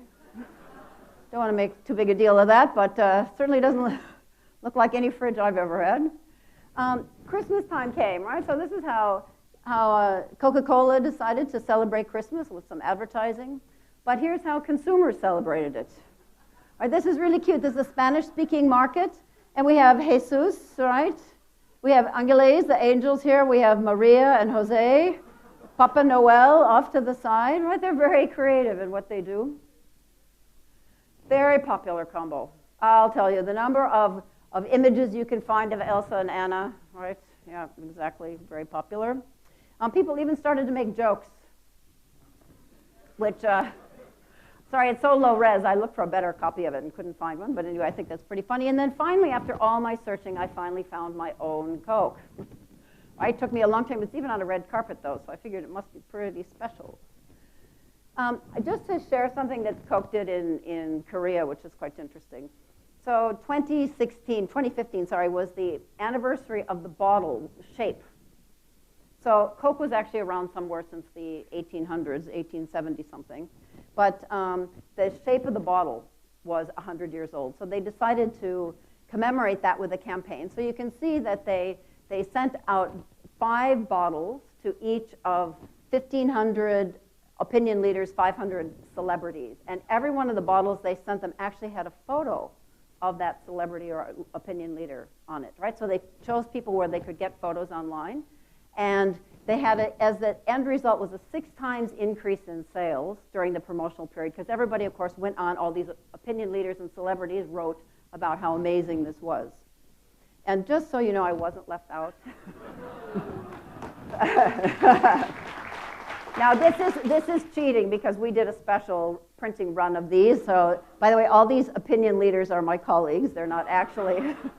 So those are the ones I was able to take photos of. But, you know, somebody actually stole, I thought they stole my bottle. I was really quite flattered by that. And then somebody said, oh, no, they probably just broke it. You know, like, oh, well, thanks so much. So, one thing then, you know, is to take this concept of taking a product and turning it from a product into my product. I want to share now an example of a company that's taking a book and turning it into my book. And this is a company. It was originally called Lost My Name. They had one book, which is the one I'll share with you today, called Lost My Name. But they've rebranded, and don't ask me why, but their new name is Wonderbly. And so you can find them online. The only way to buy these books is to go online. So here's what you do. So you go and you fill in the first name. By the way, I'm not advertising them, but it is a fixed price. I believe it's I was going to say $43.99 or something like that in Singapore dollars. You can pay in Singapore dollars, but it's a fixed price and shipping is free. So no matter, you'll see, no matter how long the book is, the same price. So you put in the name and decide if it's going to be for a boy or a girl, and you click Create Your Book, and you have a chance to see the book as an e-book first. So I want to share how this works. So this is you can see the little girl who lost her name and the little boy who lost her name. So one of my colleagues ordered me this book, right? So the little girl who lost her name. And it's a story about a little girl. She wakes up in the morning, and on her wardrobe, where her name usually is, it's missing, it's blank. So she's very upset. And she decides she has to find a name. She can't have no name. So she goes out on an adventure. And the first thing that happens to her is she meets a lion. And she's a bit scared of the lion at first, and then she starts to cry. And the lion says, what's wrong, little girl? And she says, I lost my name. I don't have a name. I have to find a name. He says, well, just calm down. Don't worry, little girl. You can have the L from my name. I'm a lion. You can have L. She goes on a little bit farther, and now she meets an imp. And the imp is being quite naughty, and so this is fun. She plays around for a bit, and then she says, wait, I'm actually quite sad. And the imp says, don't worry. You know, you can have an I from my name. She goes on a little bit farther, and now she finds a squid, and the squid is all tangled up. She helps the squid, and the squid says, thank you so much. You know, you can have an S from my name. And finally, probably no surprise, she meets an aardvark. And the aardvark says, oh, what's wrong, little girl? And she says, I lost my name. Don't worry, there are 2 A's at the beginning of my name. You can have one. So now she goes home. She's very happy. She goes back to bed, and she gets in her bed, and she looks up at the wardrobe, and there is her name, Lisa. All right? Very cool. Now, what my colleague didn't know, my given name is actually Elizabeth. Elizabeth gets a much better book, a much bigger adventure, right? And in fact, there are 2 E's in Elizabeth. So first I meet an eagle, and then I meet an elk, right? Because you imagine reading this story to a kid. What, another eagle, you know? And I then thought, well, I ordered Elizabeth for myself, and for my husband, I ordered Joseph. By the way, he's never been allowed to touch this book because he even says he's never been allowed to read it, but that's true, so I don't mind. So Joseph also has an E in it. So they asked me if both these books were going to the same household, and if to prevent arguing over the letters, I would like yet a third thing for the E, and so we chose elephant. Right, so very, very inventive. And of course, every book arrives and is unique for that child. So interesting story, they actually launched in 2014. It was a group of guys, they went, actually it's 2 Israeli guys and 2 guys from the UK, and they went on Dragon's Den, right, which is a TV show that gets funding for startups. And they won £100,000 on Dragon's Den. And by January, they had sold 132,000 books. They still had only their 100,000 of funding, so by April, that had grown up to 500,000 books. By the way, primarily in the UK or in Europe. By June of that year, they suddenly attracted the attention of Google Ventures, and they got $9 million, which has changed their life quite dramatically, you might guess. They just signed an arrangement with the Roald Dahl estate. And so they're now taking like Charlie and the Chocolate Factory, the Roald Dahl stories, and those can now be told with the child, and the child being part of the story. So that's, we're still seeing that coming. I'll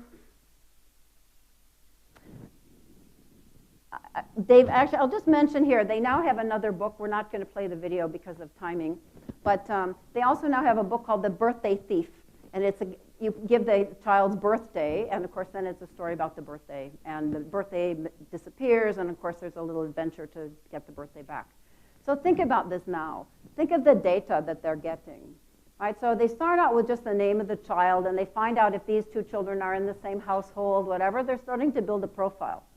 Right? I mean, it sounds kind of creepy, but it's true. They're able to start building a profile. Now they get the birth date. And you know the birth date's going to be the same next year. There's a great opportunity to market once you know the birth date of the child. Right? So we see more and more very interesting things from these guys. The third example I want to share is very interesting. I must say, I hate the idea of digital marketing. I know that's really heresy today.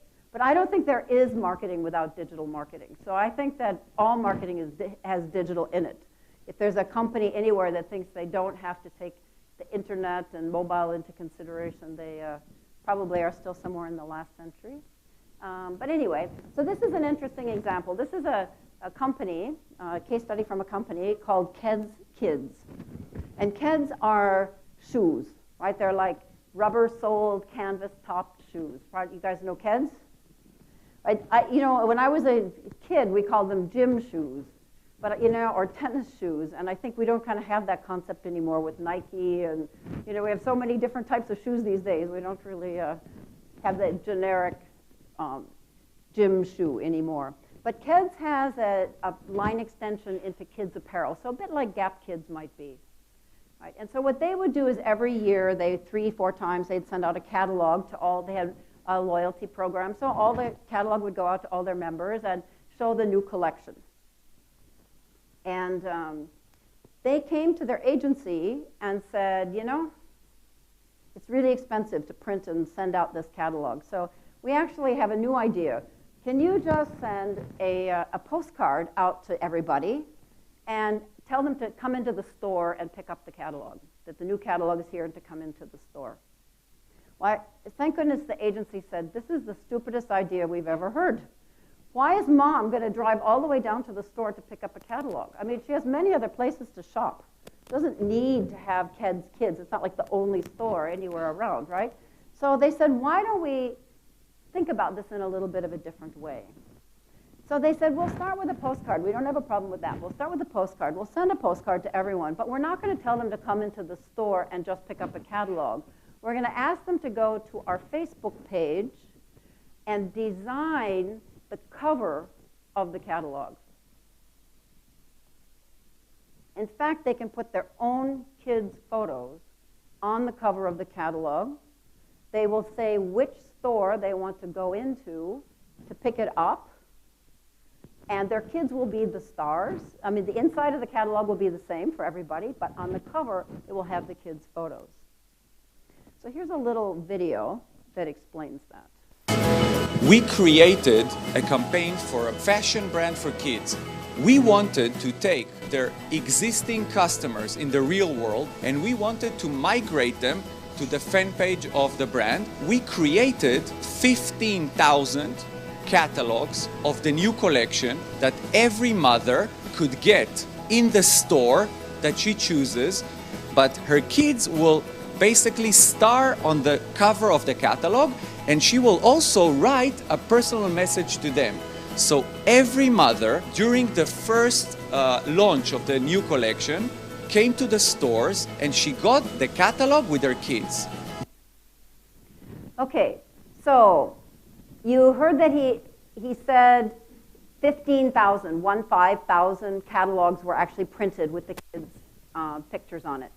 Their database was 50,000, 50. This is a staggering response rate. Now, at the beginning, they actually said 1 per customer. Mom was way smarter than this. So mom wants 2. So she opens up 2 Facebook accounts, of course, right? And she's getting other people. And finally, somebody said, I mean, what are we thinking? I mean, it's not like somebody is going to sell catalogs or, it's not a side business for somebody. If mom wants to give catalogs with her kids' photos on it, who is she giving them to?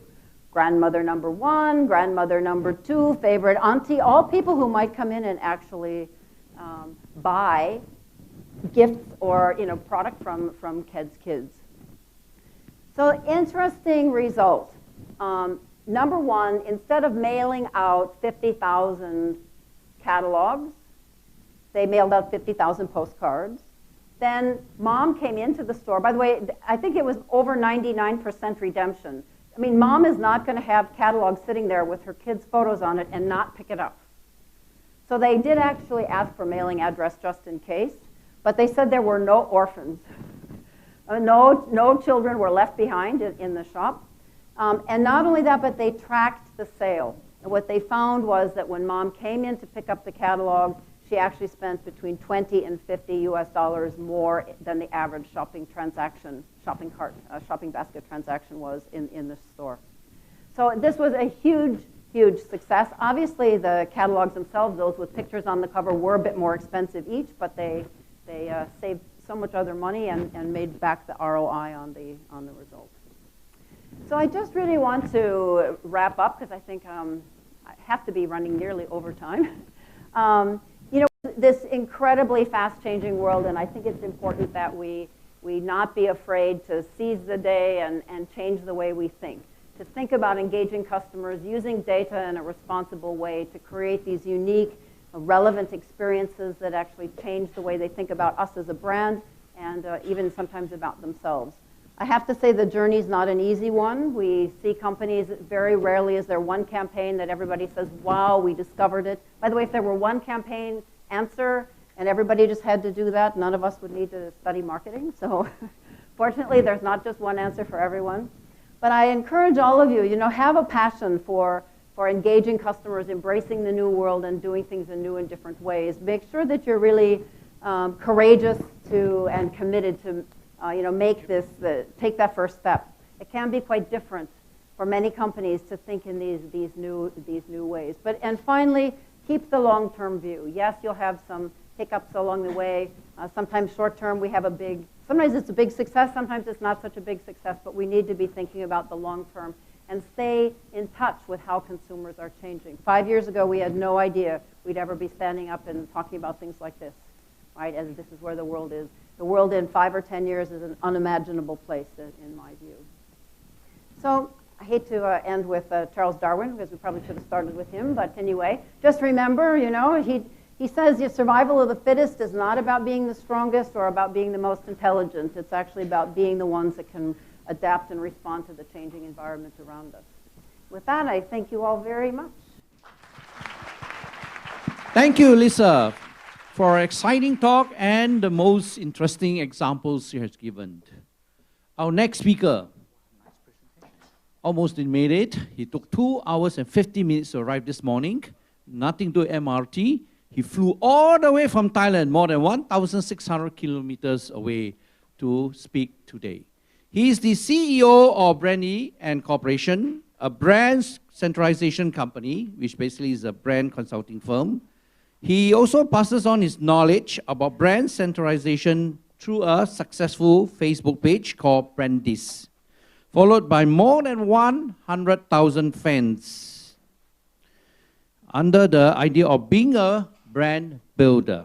Because he believes that when people understand their own roles and duties, or their brand, society will then be collaborated and yet sustainable. May we invite Mr. P.R. Chart to be on stage, please. All right, thank you so much for introductions of me. And nice to see you guys again. This is my maybe 3rd time here. Thanks, Roger, for inviting me, and MIS, of course. We got an exciting issue in the morning. I will tell you some. It's really about digitalization, okay? But now we are waiting for changing something a little bit, I'm personally loving Singapore, of course, because flying to Singapore is shorter than, taking my car from my home to the office in Bangkok. It's absolutely brilliant. 2 hours, and mine is taking like 4 hours. Traffic jam in Bangkok is everything I wouldn't recommend to you. But foods are great, things are great. So as consultant to the Thailand Tourism Authority, I'm inviting you to Thailand as well. Okay, in reverse. Okay, please join us in Bangkok. They got a lot of issue today, got many things today. Okay, well, today, okay, I think I have heard so many speakers talking about digitalization. It is not the future, it is today. Okay, like you're taking the picture, like you're taking everything. Right now I'm not sure whether Nikon or Canon still be here without digitalization, but this is true right now.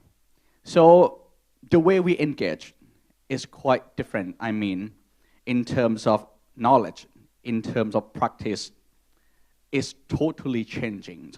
And somebody who got a digital native mind will overcome these obstacles, but some will struggle in the way how to utilize the digital effectively.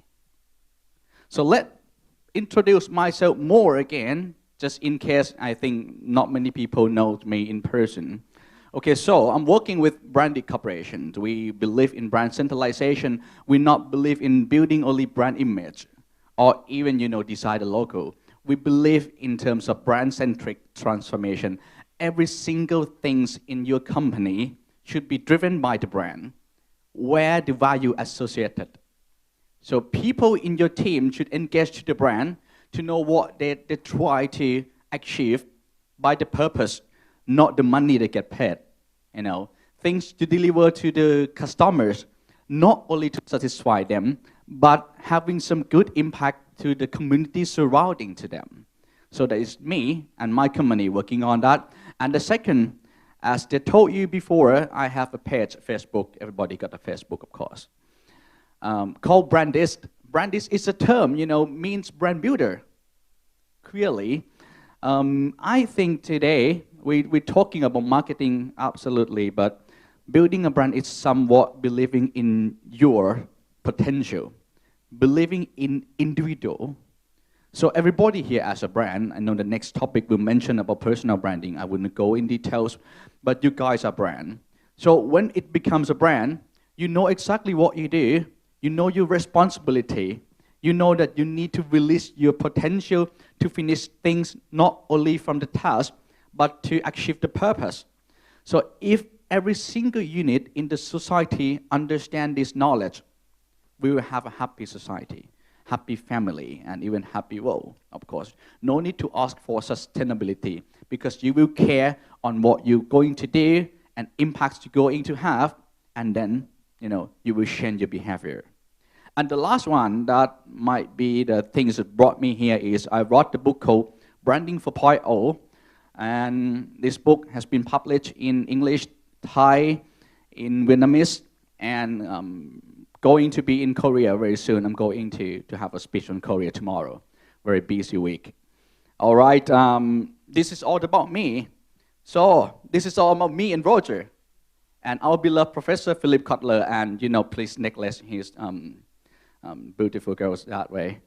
Well, we met up in Japan last year, and we got a very strong connection. I'm now extending the business to Singapore in Asian coverage and to global with these people, and thanks for, you know, helping us. You know, the world become better to the good marketing and good branding. This is what we do. And this is the case in the morning, you see? Have everybody knows about Maslow? You know about Maslow? Okay, do you know about the last one? In the bottom line, it's called battery.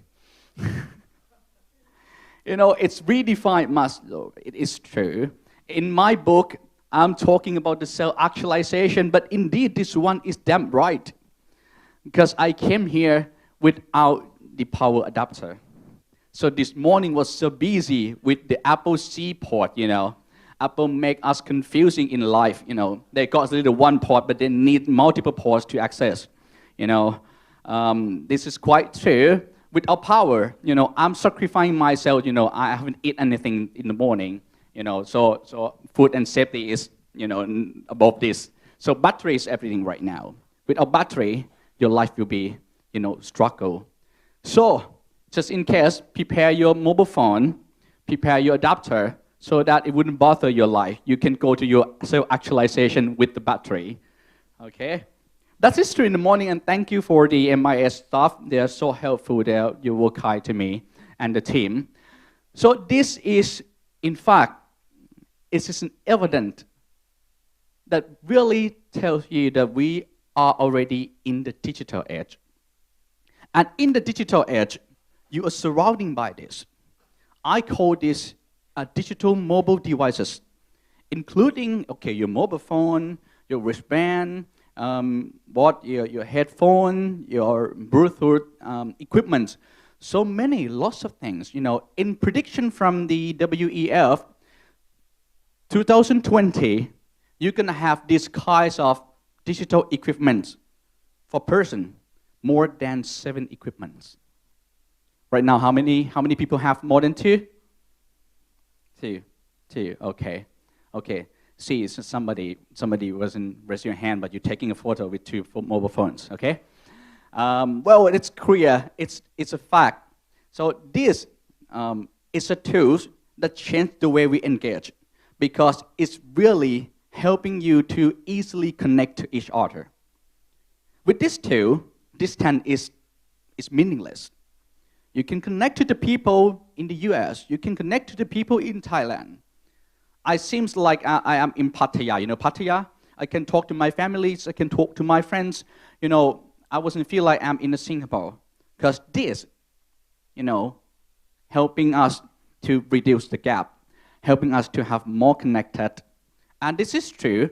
The digital mobile devices will have an economic impact, as the highest disrupting technology.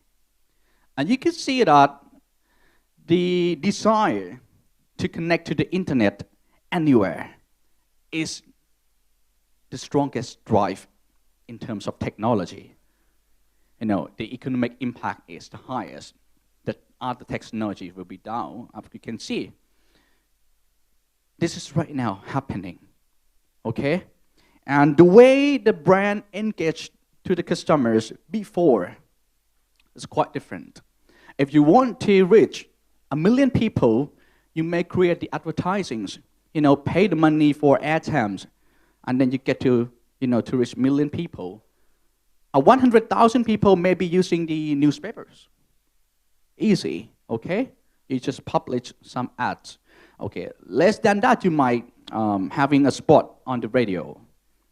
We have different way. But the way to engage in that time, 10 years ago, is costly, and only strong brand, a brand with a high investment can do this. A resource to access to the huge network is limited. Not many brands can do. But right now, what you see with the digital mobile devices and the social media, things have changed. You see what have been, the new things. We call this a new normal, because we still be able to connect with others.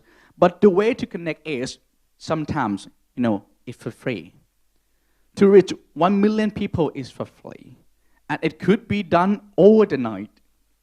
So just like the case that the previous speaker told you, you can be the star over the night. And it's easier. And it's never been happening before like this.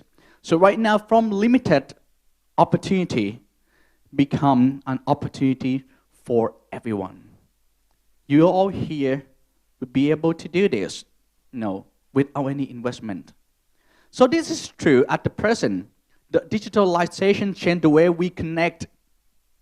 But the way we connect by using the high technology, will have a high touch or not? This is still the question. On the left-hand side, you'll be able to connect. On the right-hand side, will they engaging with you? This could be tell you the story. Because of what? Because today, we are not compete for the money.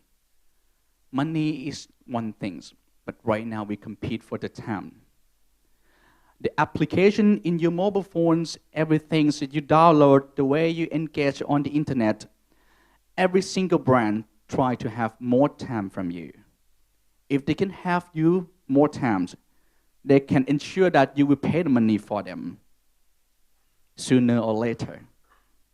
Just want to engage. So why engagement is that important? Because time is much more valuable than money.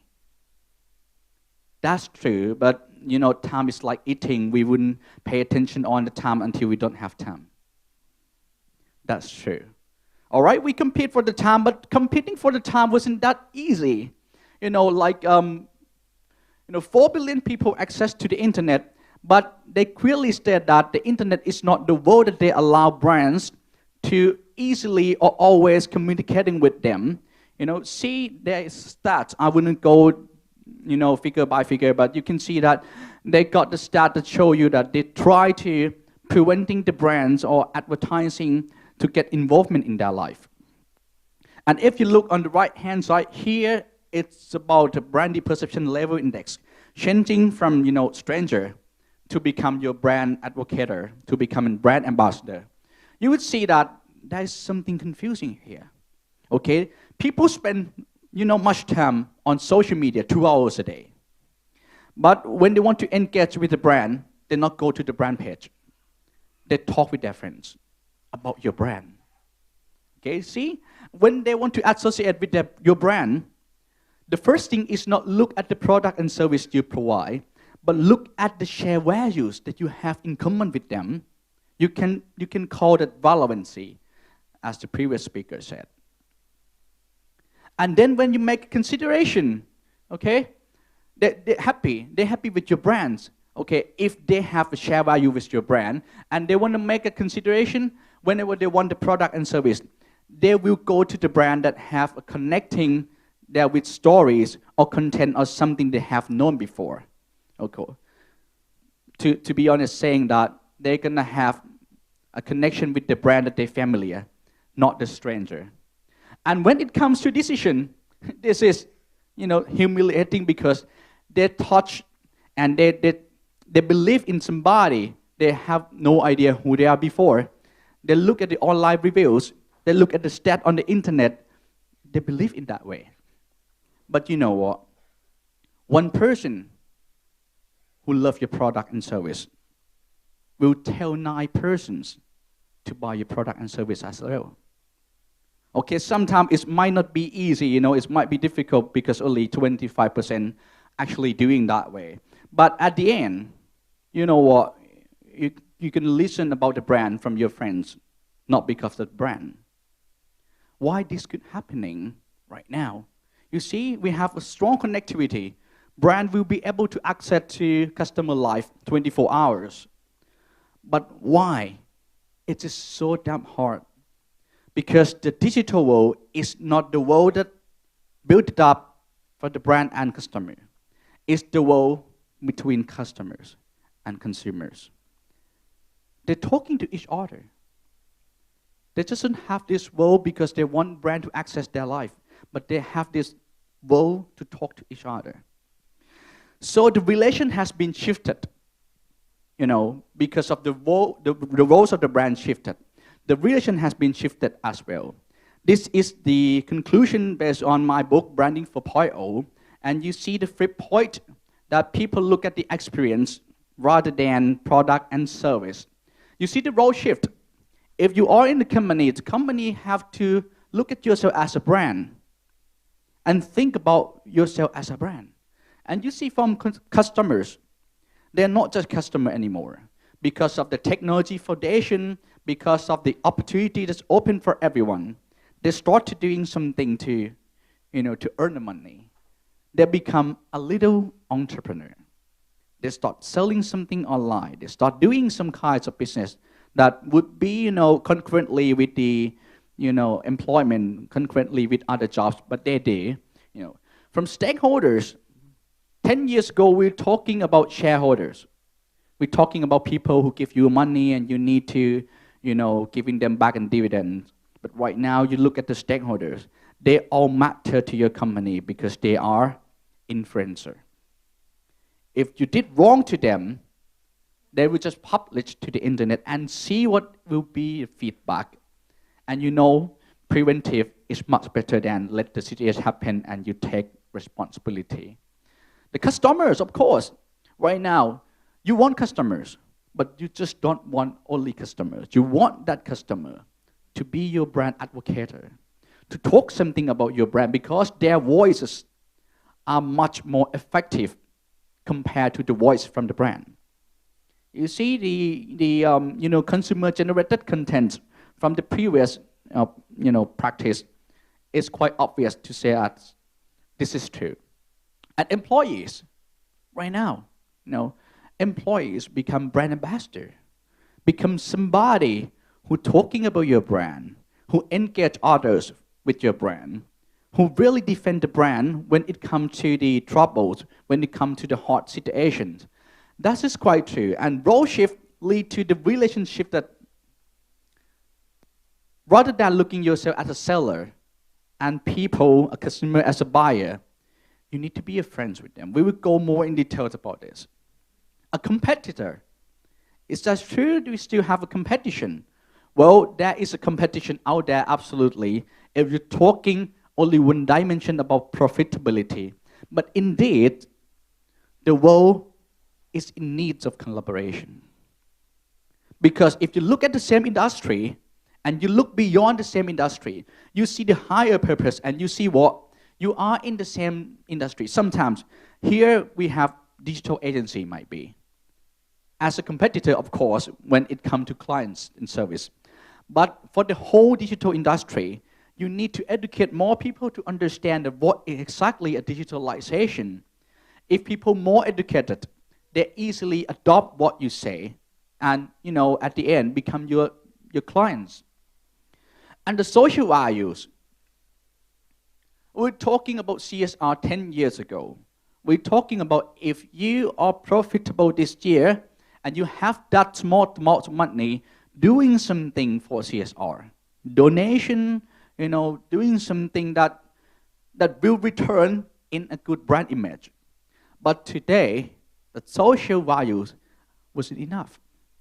You have to look into your business core competencies and execute the shared values from the beginning.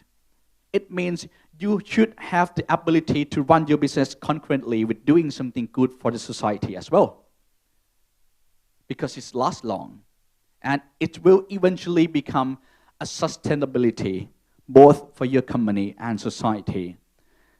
Customer focus to inclusiveness, that I talked about before. Rather spending the money just to acquire the customers, you have to think about the whole stakeholders.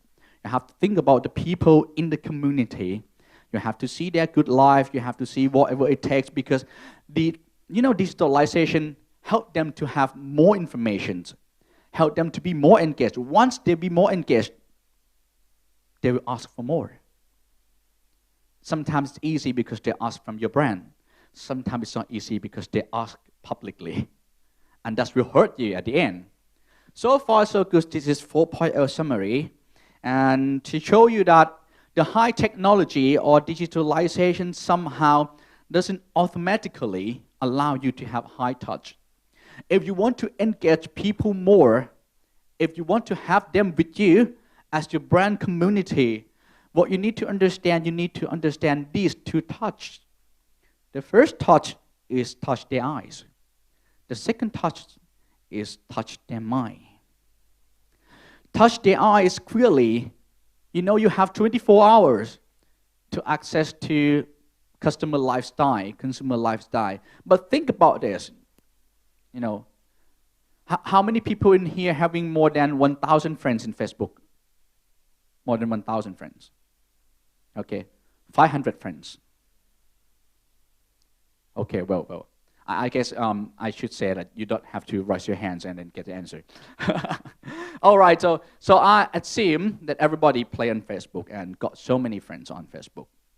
You see that if you go to the new feeds, you would rather see the new feeds from everybody list as your friends, because we are now bombarded by the content every day. So only relevant content will be allowed to show up on your feeds. And this is true. You got the chance and opportunity to access 24 hours, but it's not easily to really engage. If you want to engage the lifestyle, you need to become a friend of customers. And there is 8 keys to become the friends of customer. I wouldn't go into detail, but these things are quite common, but just get it all together. You need to have the consultability. Sometimes people doesn't come to you to buy the product and service. They want the knowledge. They want to know what is the best product or is the most, suitable product and service for them. They're not going to spend that time, but they will have a good feeling with you. When they want it, really, they just come back to you. No selling. It's consultability. There needs a consistency. Building a brand is not a short-term investment. And building a brand is not advertising. You need to be, consistent in every single dimension on your purpose. You need to have a strong purpose, unless you be just only the business. You need to embed the purpose into people. And you have to create the process according to that purpose and people. And you need to have a platform and product that deliver the values and monetize the values from that purpose. And then you need to have a projects along the way to keep the brand, alive in consumer lifestyle. And you need to have a comfortability, ability to talk to your customers and doesn't pressure them, doesn't make them feel like, okay, I need to buy something. Just let them, being comfortable with you, and they will come to your page, will come to your brand all the time. Adaptability, relevancy, of course, everybody talking about this. Transparency, what I want to mention. A transparency is the key to create the brand storytelling. What is a brand storytelling? Well, back to decades again. If you're talking about how to sell the product and service, it's just easily just have the good product and service. But right now, people ask you how you produce this product, ethically or not. What is the source of your materials? Have you do the trade good way with farmers? Have you do the trade good way with other suppliers? And what is your concern?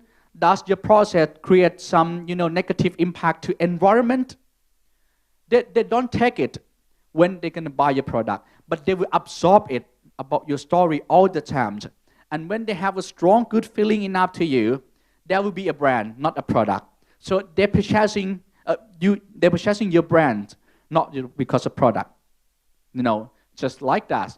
Okay, that is how you can have the high touch to their eyes and for their eyes. It's somewhat different because if you want them to be with you long enough, you want to do CRM, you want customer loyalty, which somebody claimed that there is no loyalty in this world right now. But I still thinking there is, but it wasn't that easy compared to the previous and the past. You need to execute the shared values and unique values. For the business, I guess all here are business person or business representative. Building a brand and marketing is quite different because marketing is the tools that help you, to sell more products and service and help you to achieve the, corporate profitability. But building a brand is somewhat you create another purpose of your company. When it comes to business, people say, well, you're standing for profit. But I want to show the public or to show the world that I'm standing for some other purpose with not only profit, but something more meaningful. I call this a shared values.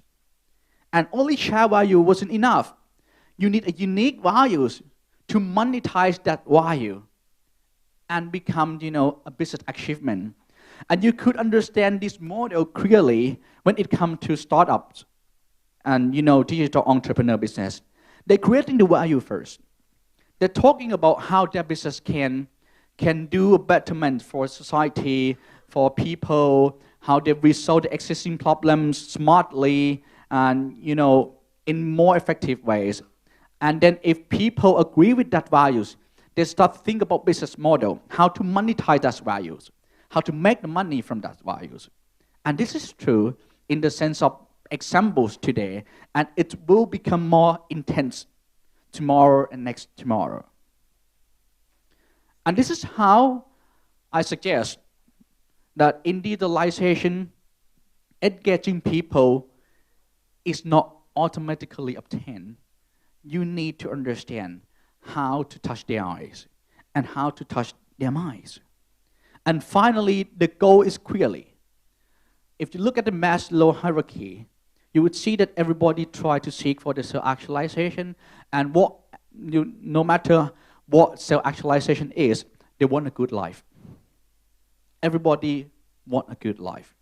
And to have a good life, you need to understand that not all technology is a matter to your brand. You need to be selective. Choose the right one, which technology would be fully adapted to your brand, and use the technology to touch with customers. And if this combine perfectly, you will have high trust from the consumer back to you, and all in combination will create a good life in the end. So that's what my speech today, and I hope things will go a little bit faster because I think we're running out of time. Just to give you, we have a 3 stages of building a business. First, you want to be different. Building a business, you want to be different so that you could, catch the eyes. After that, you want to be competitive. You need ability to be competitive in the market. But, sooner or later, you're talking about sustainability. You want your business to last long. And if you want your business to last long, what you need to care first is not your business.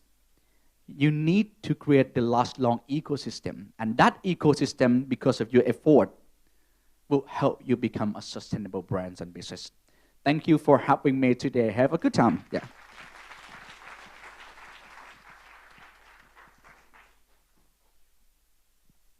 Thank you, Priyachat, for your talk about branding in the digital era. Our final and last speaker is a successful social media and public relations strategist, entrepreneur, speaker based in Singapore. He's also the best-selling author of a series of popular books, such as, for example, Social Media 24/7, Public Relations 24/7, and Personal Branding 24/7. He has spoken in over 15 countries within these 5 years and addressed more than 35,000 people. May we put hands together to welcome Mr. Andrew Chow. Hello. Okay, so after hearing the entire morning about a lot of brands from a lot of amazing speakers, I think I'd like to address a certain topic that is very close to everybody's heart. Now, what about personal branding? Now, before I start the topic, I want to share to you a story about digital transformation, the story of my 74-year-old mother. I took many years to convince her to be on Facebook.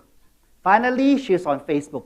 She started updating me on who my cousin is dating in Canada.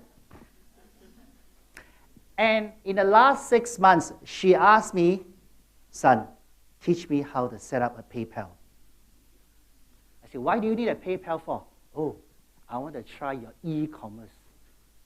I said, you can't have a PayPal because you don't have credit card. She says, no problem, use yours first.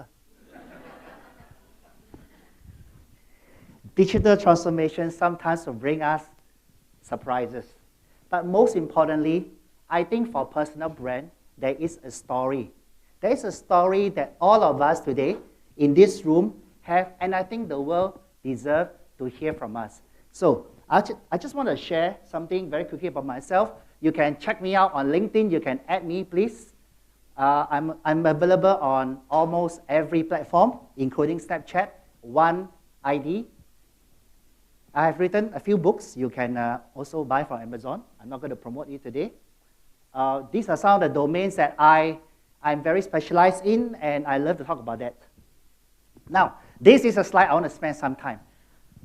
I'm the person most qualified to talk about disruption. Do you know why?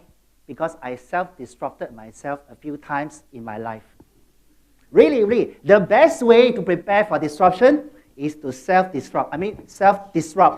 Okay, self-disrupt, it's important. I started my career after my army as an intelligence officer. So actually, I'm quite intelligent. I work for MINDEF. I can't tell you what I do. It's very classified. And after that, I got sick of the civil service life, and I joined Kodak. During those days, Kodak was #1. Who has taken a picture using negative before? Well, you guys have been around for a long time. There was one time I do a talk in NUS. Who has taken a picture of negative? Nobody put up their hand. Everybody is so young, right? It was fantastic. Kodak is a sad story. And it was at Kodak I met my first mentor. Andy, are you still around? Andy. All right. Andy is someone I met 26 years ago. He's still my mentor. In 1997-98, there's a very, very big event. Anybody remember? The Asia financial crisis, the Tum Yum effect, 20 years ago. And then, of course, I went to join MICE. I went to do a lot of events.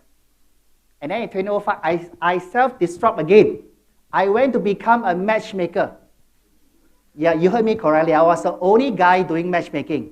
Mainstream only. Yeah? Okay? So in 2005 to 2009, I met a lot of interesting people. And at 2009, I disrupt again. Why? Social media was on the rise. And I foresaw one day it will eliminate me from all the business. And sure enough, today nobody's interested to find a matchmaker. Everybody download Tinder. So Lisa was correct. Huh? Everybody wants to connect instantly. I want it now. Who wants to find a matchmaker when there's a technology that can connect me with everyone? And now I'm in the space of training and development, and I love to share stories about how I transform my life. So transformation It's a story of my life. Branding, personal branding. I like to define personal branding in very, very simple words. It's simply your uniqueness made visible with the right form. Now, in the dawn of mankind, cultures brand themselves. We have the Western culture, the Europeans, and the Oriental culture, China, 中国. Two main cultures were trying to brand themselves and they connect. So there was a rise of Renaissance and all these different periods. They are fine. They are fantastic branded culture. Next, in about the turn of this century or the last century, countries go in and brand themselves. They brand themselves by occupying another country, by conquering another country, by declaring war on each other. They brand themselves by seeing who is bigger, who is more powerful. If I'm more powerful, you bow to me, right? Okay? And then, after World War II, companies brand themselves. Companies want to be branded as someone who can create value, and the last speaker has talked a lot about creating value, all right, connecting with people. And just before the dot-com era, employers join in. We have employer branding. Companies want to use their own brand to attract talent to work for them. Now, what is the final frontier of branding? We have culture, we have country, we have employer, we have companies. Now is the time for individual. Because personal branding is so important, it's already happening. If you are not doing your own personal branding, someone else is doing it for you. Even right now, that branding is called perception. We are supposed to manage perception. Today, I'm just here to share to you 8 simple P's to manage your perception online. You are all heroes of your own story. The world needs to hear from you. You are the differentiator. Whether you're in a B2B or B2C company, it's still people-to-people business. You buy from a person. You connect with a person. You want to hear another person's voice. You want the physical touch, the personal touch. And the only way to be different is you bringing your brand alive. And today, the whole HR world is talking about employee engagement. It's talking about ambassadors in the company. And I'm surprised, in the last 1 year itself, you'll be surprised how many companies send their staff and management to personal branding workshop. So I'm going to share to you a few things. 2 things we need to understand about personal brand. One is the form. The form is what everyone can see easily, right? Just now, we exchanged LinkedIn. We can see my favorite pastime is to read people's profile. I'm serious. Whoever I'm supposed to meet, I always check out the LinkedIn. And I make sure I memorize certain key info about the profile, and I use it as an icebreaker. And this person, every time, they'll be very surprised. How do you know? Were you stalking on me? Yeah, of course. I stalked you 5 minutes before I'm supposed to meet you. The next thing I want to share to you is this. There is a substance part. Substance of your brand takes some time to discover. It is a substance that determines the form. Substance is a feeling. It's a connection. It's an experience that they have with you. It's the love for you. What is the opposite of love? Hate? No. The opposite of love is indifference. I don't care anymore. I don't care about this person anymore. You don't hate the person. You just don't care. So our job is to make sure that people that matters to us care about our brand. So I'm going to share to you 8 things you can do to manage your brand. All right? Number 1, how to be visible. You've got to take care of your own profile. Please, have you Googled yourself recently? Have you Googled your name recently and find on the first page besides your Facebook and your LinkedIn, what else is being said about you? You'll be very surprised, right? If you Google Andrew Chow in Singapore, there are 2 persons will come out. Okay? One good looking, one not so good looking. So you can find out who is the better looking one, okay? So You have sites like, have you ever asked yourself, I have so many social media accounts, can I go to one place and I find all the account of the person? There is a site called About Me. All right, About Me is very useful. It's still around. All right, this is my account. All right, all the icons are behind. All the icons are actually below, so you can see it. But there's another one. That's even better. If you have Star phone today, you just have to call Andrew. All right, but please don't call me right now, okay? Please don't call me. So, and I'm very thankful for One Smart Star because anywhere I go in Asia, people can connect with me. They can contact me. They can choose how they want to connect with me. When I was in Malaysia partner, Adrian. When I was in Malaysia speaking, I always share my deck, and the Malaysia partner is so kind to include a link. So whenever they go to my account, they can download the presentation immediately without even having any follow-up action. I don't need them to give me their email. They just download it, all right? Just to show that I'm a brand, that I don't need something from you to give you what you like. So being seen is very important. I want to share with you one thing. How many of you have LinkedIn account? Do you know you all have a score called the Social Selling Index? You go to linkedin.com/sales/SSR, you will see a number. You will see a number.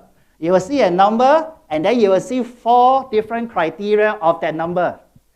You know what that means? Let me tell you. The first column is about your profile. How much you key in on your profile determines how many points LinkedIn give it to you.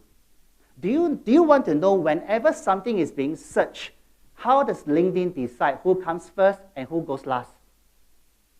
It's by the score. Hello? It's by the score. So you've got to increase your score. How to increase the score? Make sure your profile is properly filled up. Make sure you find the right people. If LinkedIn survey your connections and find that a lot of people are actually meaning next to nothing to you, that means you can't serve them, your score will be lower. Third one, engage your insight. Do you share knowledge content on LinkedIn as often as you do on Facebook? That is important. Today, I'm sure a lot of you learned something new, right? Yes? Yes. So I hope to see some of your posting on LinkedIn. Because when you share with the right hashtag, please hashtag #OneSmartStar, hashtag digital transformation, hashtag MIS, hashtag anything that's useful today, somebody will find you. Somebody will connect with you. Last but not least, relationship. When someone sends you a message, do you take 1 year to reply? When someone likes your post, do you click on their profile? When someone asks you a question, do you take 3 months to get back to them? All these things helps a lot in your social selling index. So don't take LinkedIn differently. By the way, LinkedIn is not a portal to look for a job. Although it is made that way, now it's for sales. If you sit in my workshop, I will tell you how to find these people. Okay, but not today. Okay?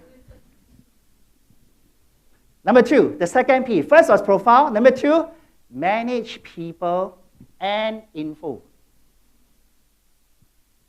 How many tools do you use here? If my phone is lost, if somehow everything is erased, I can recover back instantly because I back up everything. A lot of you taking pictures, right? Right now, I can tell you, you will never ever find that picture after 3 months. You want to know why? Because there's no way you can index it. Evernote. I take pictures with Evernote and I continue typing my notes. I just have to tag digital transformation, One Smart Star. I found it. In future, when I call out this name, this note that I'm taking will be out, including all the pictures you have taken today. We use technology, but we don't use it intelligently. Manage people and information. Do you want to save time posting on information on all your social media? Buffer is cheap and good. It's actually good and it's free. All right? How about posting? Do you want to post amazing content? Download this app, RIPL. All right? I don't know how to pronounce it. Okay? I think it's RIP. It's an amazing app that you can do to manage content. Manage your partnership. That's the third one. Manage the crowd, manage the network, manage the tribe. A lot of us have a lot of contacts. We are everywhere. You need to collate them together. You need to classify all your people into the following groups. How many of them are your mentors, your coach, your peers, your advocates, your friends, your follower, your passerby, your followers, your stalker, plus your enemies? All of them are included. I hope you have only 1 or 2 enemies. Because if you have 10 to 20 enemies, you're in trouble. Your enemies are very interested in you. I'm very, very sure. They are the #1 stalker. But you know what? You need to manage all these people, and you need to be able to tag them accordingly, so that when you call out these people, you know who to connect. Your tribe is the most important asset in your personal branding. Do you want to connect with customers easily with video today? You can try Boom Boom. Yeah, Bomb actually. Bomb is very interesting. You can do any video, and sometimes you go to the landing page. This is to create a landing page. It immediately connect, immediately have lead generation, and immediately build your database. So if you're in some form of marketing, every one of us here is a marketer. You are a marketer first, then a dentist. You're a marketer first, then a speaker. You're a marketer first, then a lawyer. Why do I say that? 80% of the business is about marketing. But why are we not doing great marketing? It's because we don't understand branding. So PR, I'm just selling your book for you. All right? Yeah. And after that, after you buy his book, please look for my book. Okay? All right. Number four. You've got to master this art of managing publicity. Managing mainstream publicity. I know a lot of you heard, oh, mainstream is so old school. You know, why do we mainstream? Let me tell you something. Traditional PR give you the authority. Social media PR only give you authenticity. Why do I say that? Now, which you would like to hear? You know, oh, Barik, if I tell you, you know, Barik, I saw you on Channel News Asia. You look great, man. Will you be happy? Of course you'll be happy, right? But Barik, if I tell you, you know, Barik, I saw a hidden video about you on YouTube. You will be very, very frightened. Which one do you want to be on? The authority still lies in the mainstream media, because whenever you have a big news, when the news didn't broadcast, it is not confirmed yet. Until today, it is still true. Until today, mainstream media still has the publicity. But it's the art of creating stories. So I want to share to you this. This was a story, Mother's Day, 2 years ago. Now, is it common for women to go for Botox? Okay, please don't raise your hand. There's nothing special about women looking good. But I know the press would like to cover a story of a 72-year-old woman wanting to look like 27-year-old. I asked my mom to go for it, and I got a nice write-up on a Mother's Day present. All right. You know what? The doctor was very happy. She got free publicity. Right? Okay? So, there's always the art of managing publicity. You've got to understand that. All right? And this list is a list. If you need to take picture, this is the one. This is a list of all the PR sites in the world. You can submit your press release. Okay? Quickly download Evernote. All right? And this is the local one. Yeah. Judy, where are you, Judy? Yeah, Judy, we're very happy. Judy for SPH. All right, so go to her. Okay, so this is a list. I think it's still valid. And don't forget, online publicity is about SEO backlink. SEO, on-page SEO, it's only telling Google who you are. Off-page or off-site SEO tells Google how credible you are. The more backlinks you have, the better. Make sure that a very famous blogger talk about you and link back to your site. Make sure you submit your site to credible sites so that it can link back to your own brand, your own company brand. It's very important. Number 5, we have to all learn to be an author. There's nothing great today to be an author. All of us can have e-books, and all of us don't have to be a traditional book writer. There's so many options today for you, right? You can type 10,000 words and have a book on Amazon, on Kindle, on Audible. You know, last month I gave my set of books, 3 books, 1.5 kilo, to my niece to reward her for doing well in PSLE. She's a very good reader. I think she's the top in school for essay writing. And she looked at my book, "Uncle, got soft copy or not?" And then I realized today, books become a PR item. You look at a lot of bookstores today, all right, it's a ghost town. Really, all right. So every industry is being challenged. Today, we have to be an author, but we had to do it differently, digitize it. Next one, I'm coming to the end, public speaking. There are so many things you can join. Your stories. Let me tell you a story. If yesterday there was only me, M-E, yesterday, M-E is me. Now with disruption, today, I am M-E-S-S. I'm a mess. Whether it's a good mess or a bad mess, you are still a mess. But in the future, you become M-E-S-S-A-G-E, message. You will form a story why a lot of things has happened to you, and it's worthwhile writing. Hopefully, in the very far future, you become the messenger. So, first, there was me. Today, I'm a mess. Tomorrow, there's a message. In the future, I become a messenger. And that is the journey of book writing and public speaking. There are so many, from amateur ones. All right, Pachakucha is very interesting. 20 slides, 20 seconds, you cannot control. 6 minutes, 40 seconds, you're finished. All right, Tech Talk, 18 minutes. Toastmasters, prepare speech. If you want to go at the pro level, Asia Professional Speaker Singapore. All right? By the time you go to Asia Professional Singapore, you'll find that there's nothing Asia about it. Because down there, it's like a global UN. Everyone is inside. All right? But when you go to the Western world, you don't find a single Chinese or an Asian. That is why I love to go to international stage. For all my international Western friends, I love you. But I love to thrive in your stage. Because a lot of you have thrived in my stage. Okay? So that's just personal. Erase that if you're doing video. Okay? All right. So, number 7, charity. You can't be a brand if your heart is only on the business. You have to serve people. What is the use of being successful in all that you do? You have to have a heart for people. You have to serve charity. Be on the board. Donate your money. Do something. And there's so much about charity today that you can set up. You can set up your own charity. You can give through electronic way. There are so many things to digitize, and it is incredible. It is so incredible that today, do you know the church many years ago was hiding 10% of your earning you give to the church? You know what?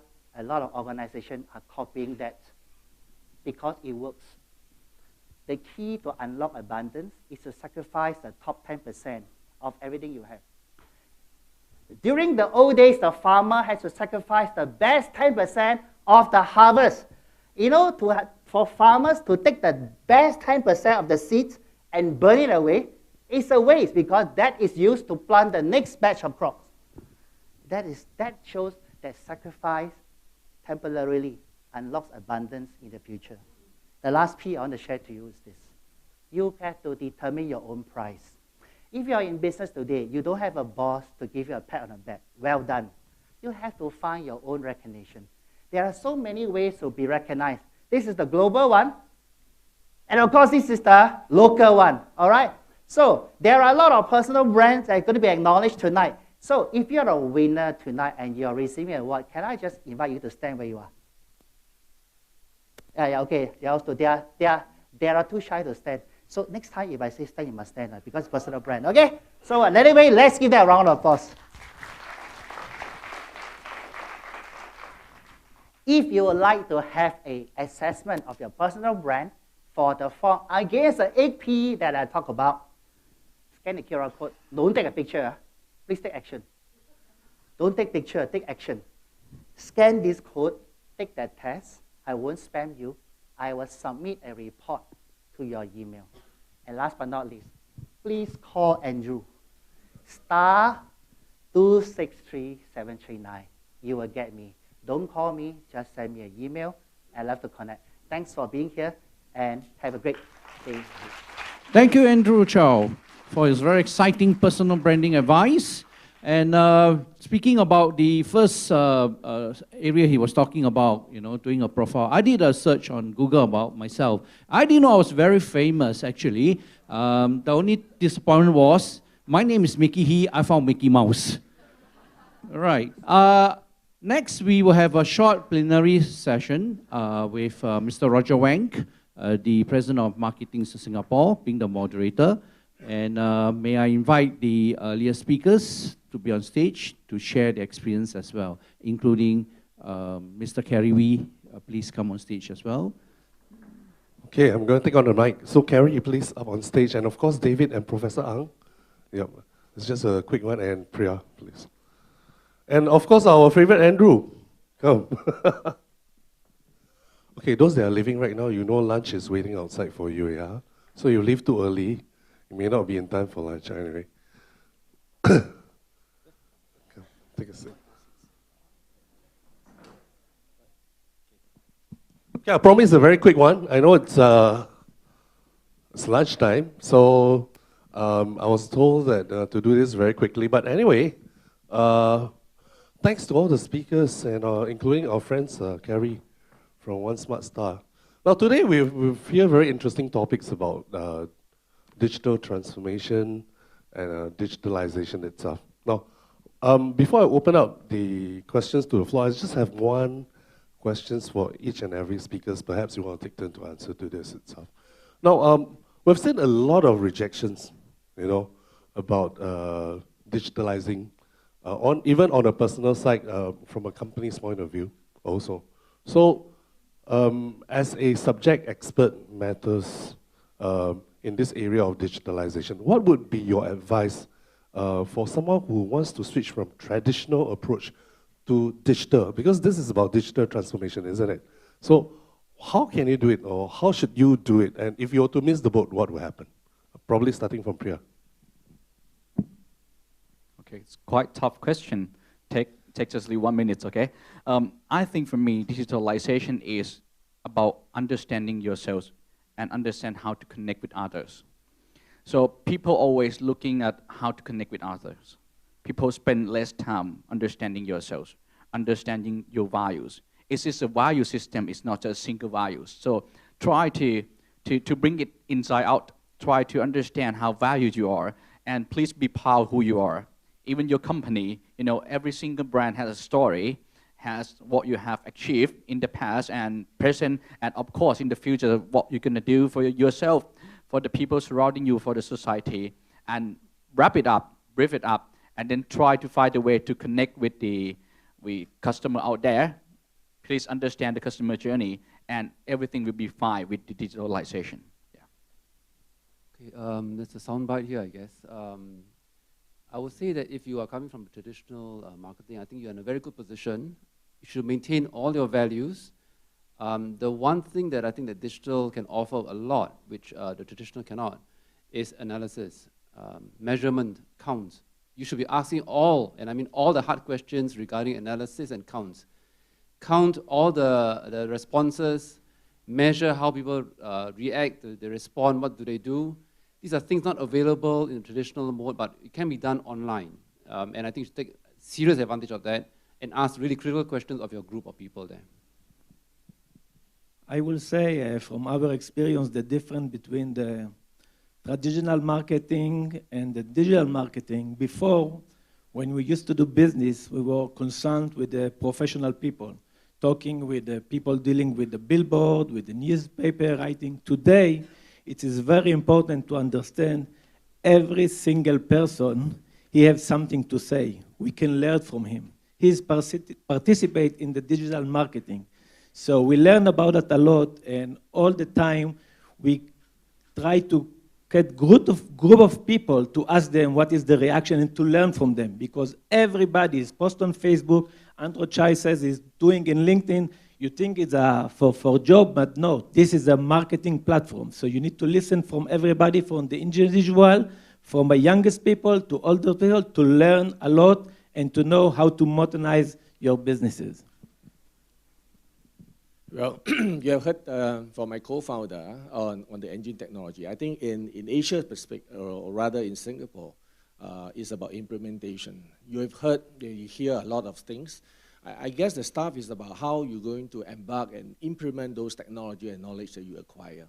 Like for us, One Smart Star Asia, where we gather about what can be done, but good technology sometimes can't sell.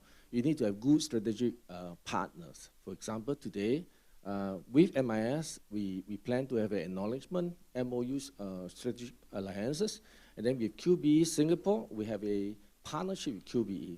So what we're saying here is that when the clients subscribe to us, we actually provide them bundle services, and something that they have not thought before, or is too expensive to embark on. So with this kind of bundling service that we put forward to home office, individual, SMEs, and large corporation, this become possible. So this is about implementation, about getting started and getting on the way. Like what Andrew said, me, mass, message, and messenger, right? So I think that's the key message when we embark and implement here in Singapore.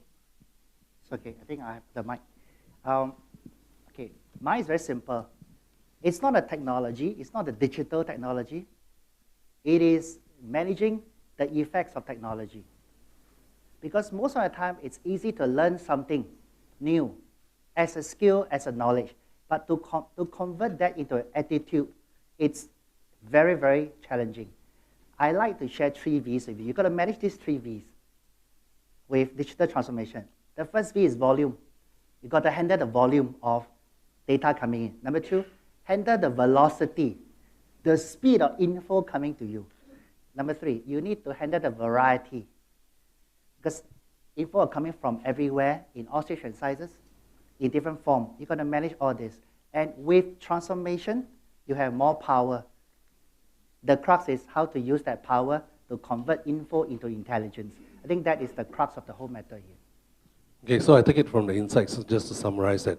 First, I think through digital transformation itself, you'll be able to enhance value, including branding. And of course, from digital itself, we are able to get analytics out of it. And so that we'll be able to derive something that's meaningful in order for us to serve our customers or our client. And on top of that, how you manage that, okay? So I probably will open to questions from the floor itself at this time. So there are mics on both the aisles. So if anyone from the floor would like to ask our panel of experts on any questions? Anyone? No, if not, then I'm going to throw the next question to the panel itself. And this probably will be my last questions for today. But having said that, don't leave, because we're going to have a very interesting performance, which I think the last I've seen the performance was being done in front of our ex-president of Singapore, Dr. Tony Tan. So he's preparing, so stay on. It's going to be very exciting for that performance. And of course, you've seen there's a digital backdrop there. We're talking about digitalization anyway, so please take your pictures before you leave, okay? All right, so free pictures to be taken. Now, my last questions for today would be, what is the next level after digitalization itself, or is there one? Or how will this trend stays on? So can you give us an insight towards digitalization? At what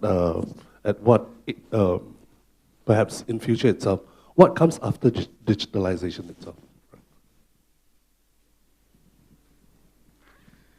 Okay, well, the day after digitalization, it's like the question when I will ask, what is come after 4.0? Is there is 5.0 or not? It's actually what we can call the hybrid. The understanding how digital, physical, biological, and mechanical living together harmoniously. In the future, you will see that it will be more intensive. We will have more robotics because of AI development. I used to be in the AI field. I'm an engineer in the background. So I know AI since 10 years ago, but it just, comes up in the public because of robotics become more obvious. And, biological, people get evolving all the time. We become, in Thailand, we have aged society. We have much more people aging than 60 years old. They got something to do with them, okay? And digital, of course, digital turning as a bridge to close the gap, all of the things. And don't forget that we're living in physical world. We should have to eat. We contact with the people, we talk, we live in physical world. So these four worlds will be seamless connecting together. And people who understand the new journey that I call hybrid consumer journey will understand how to get people in the right time, right space, as they say. So understanding the future is about understanding the hybrid system, understanding the whole world together. Okay, so let me begin by telling you that I cannot predict what my wife will do. You asked me to predict the future, so I'm probably wrong here, right? I would say that we're probably having kind of excitement over digital, as well as AI, machine learning, neural networks, and so forth. So we are kind of excited now. But if you look at kind of history, nothing old is really abandoned, nothing totally left out. I mean, we're still using books, we're still using radio. Okay, True Telegram is no longer around. But by and large, we don't really abandon everything from the past. So I agree with Piyacha that we will still have some kind of hybrid.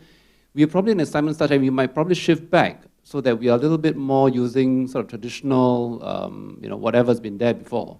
That is why I said that at the beginning, earlier, that if you are from the traditional marketing, you are in a very good position. Things will, like bell bottoms probably will come back at some point in fashion. When I'm thinking about that, first of all, I'm afraid to call it a future because I'm afraid with what is coming next. I must tell you a short story. Many years ago, when my father came to me and it was the first e-fax machine of HP. And he was back then 90 years old, and he saw me sending a fax. He said, "David, what are you doing?" I said, "I'm sending a fax, and whatever on this letter, he will get to my engineer in the other side." He says, "Unbelievable, where you are going to do?" And I'm talking about the fax machine. Today, with the future, I believe very soon, and I agree with what the professor says, we will go back because I'm traveling all around the globe. We mentioned we have a local partner in 77 countries. And I'm happy to say that me personal, I have a map in my office. I visited 112 countries already. And I can tell you there is a trend in Costa Rica. You will hear me saying Costa Rica, because they are opening a place in the jungle that you can go there, release your phone, no connection to the internet, just be like 100 years ago. And I believe very soon we'll find ourselves moving to that place because I really feel that we catch to the top. We cannot move more in that technology. Well, I remember 10 years ago when I was in Thailand and spoke about the new things, what is in. A question that I asked the audience, I say, who has got a smartphone, Everybody just stare at one another because those days, 10 years ago, smartphone is like a very expensive device. If I ask you in this room, who has got feature phone in your hand? Who has got feature phone? Old phone? World change. Singapore statistics today, 8.3 million mobile phone subscribers. Statistics shows that 7 in 10 social media server log in on the go. Double the habit of the world. The world probably spend 35% of them serve the social media on the go, but Singapore is 7 in 10.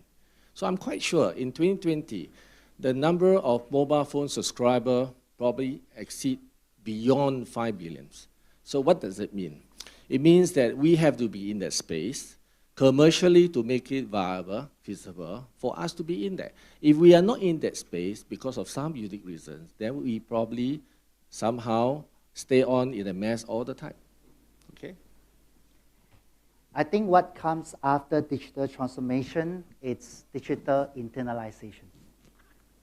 Because I think we have to internalize technology, internalize the path to the future. We have to take stock now before the next transformation. Because if we don't internalize, we are not going to appreciate how far we have done, how far we have progressed in technology. We all need to be good communicators. Let's face it, we have so much technology now for you to communicate. I give you an example. My niece when she texts me, she just texts me with, are we going this? Are we doing that? And I always reply, hello, I'm your uncle. Please greet me before you send the first message. I'm very particular because all the tools in the world is supposed to make us more relatable, not sending a message. And that is why if you take it as a messenger, you can expect to be fired by SMS. And your employer is not accountable to you. We have to be good communicator. Only internalization, then we can move forward. And a famous CEO once said recently, I am not afraid of robots, AI, thinking like human. I'm more afraid of human thinking like robots or AI. That is very true, right? Because transformation doesn't mean we become robot. We ought to be more human so that we can humanize technology, and that is really about branding. If today is all about technology, then whoever knows the most will win. We don't want technology to be an elitist separator. Because in 20 years, if you don't hop onto the wagon, you know next to nothing. And information is locked up by people who hold and know how to leverage technology. So that is my last takeaway. Well, thank you. I think from the panel of speakers itself, I think you will know that, and thanks, Prof, for validating that fact that traditional marketers like me still have a place for future. Okay, I think let's give a round of applause to our panel of speakers today. Thank you so much. But before we go, I think I just want to announce that MIS is already on One Smart Star solution. And so how can our audience here get onto the platform to view our MIS One Smart Star apps? Okay. I'm sure you have smartphone, not feature phone, right? Who has got feature phone? Don't have. So you have smartphone, right? So all you need to do is go to your app stores, go to Google Play, key the word star phone, 2 words, star space phone, download it, and then you open it. Just now David played the movie, just dial star MIS, or on the UI itself, you can see on the top left corner, you see MIS. You click on it, then you see the profile, the landing page of MIS. Okay, thank you. Now, if you would like that kind of profile, online profile or engagement with your audience, I think Carrie and David will be here even after the conference itself outside. So, yeah, if you like that for your company or for your organization, please approach them. Okay, so nevertheless, thanks everyone. Thank you so much. We'll go on to our next performance. Please stay on, please stay on.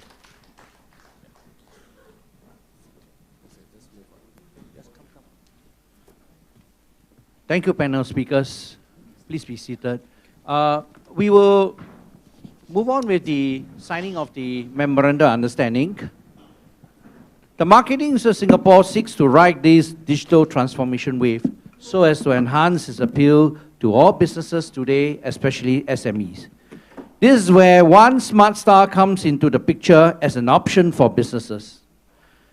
The Star Phone primarily functions as visual IVR for voice calls, allowing a simple selection of functionality of final destination and executing a call or getting the service by pushing a tab or a button on the customer's smartphone to any social media, online services or form, website, online store.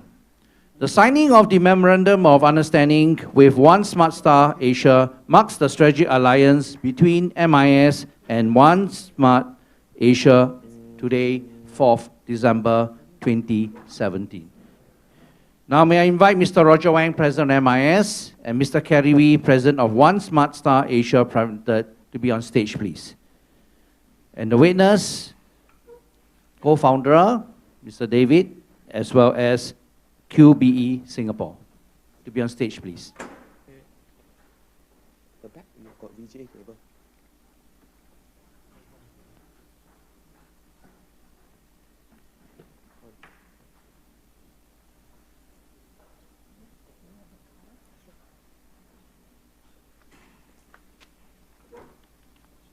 You may now begin the signing of the Memorandum of Understanding.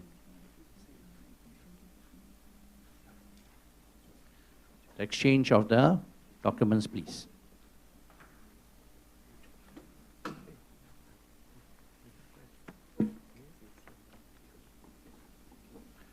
Thank you. Okay. Some photography first.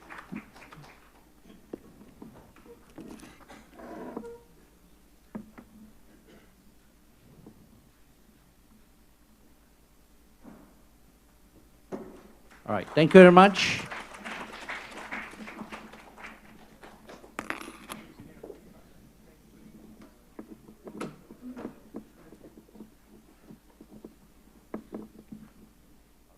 Thank you. Please be seated. Okay, the one thing that I learned today is about the importance about being visible. And I thought one of the key items that was highlighted in today's session was using high technology for high touch, high tech to achieve high touch. And I thought that was one of the most important points that I got from today's session. I'm not new to digital marketing, but that was a very fresh insight for me.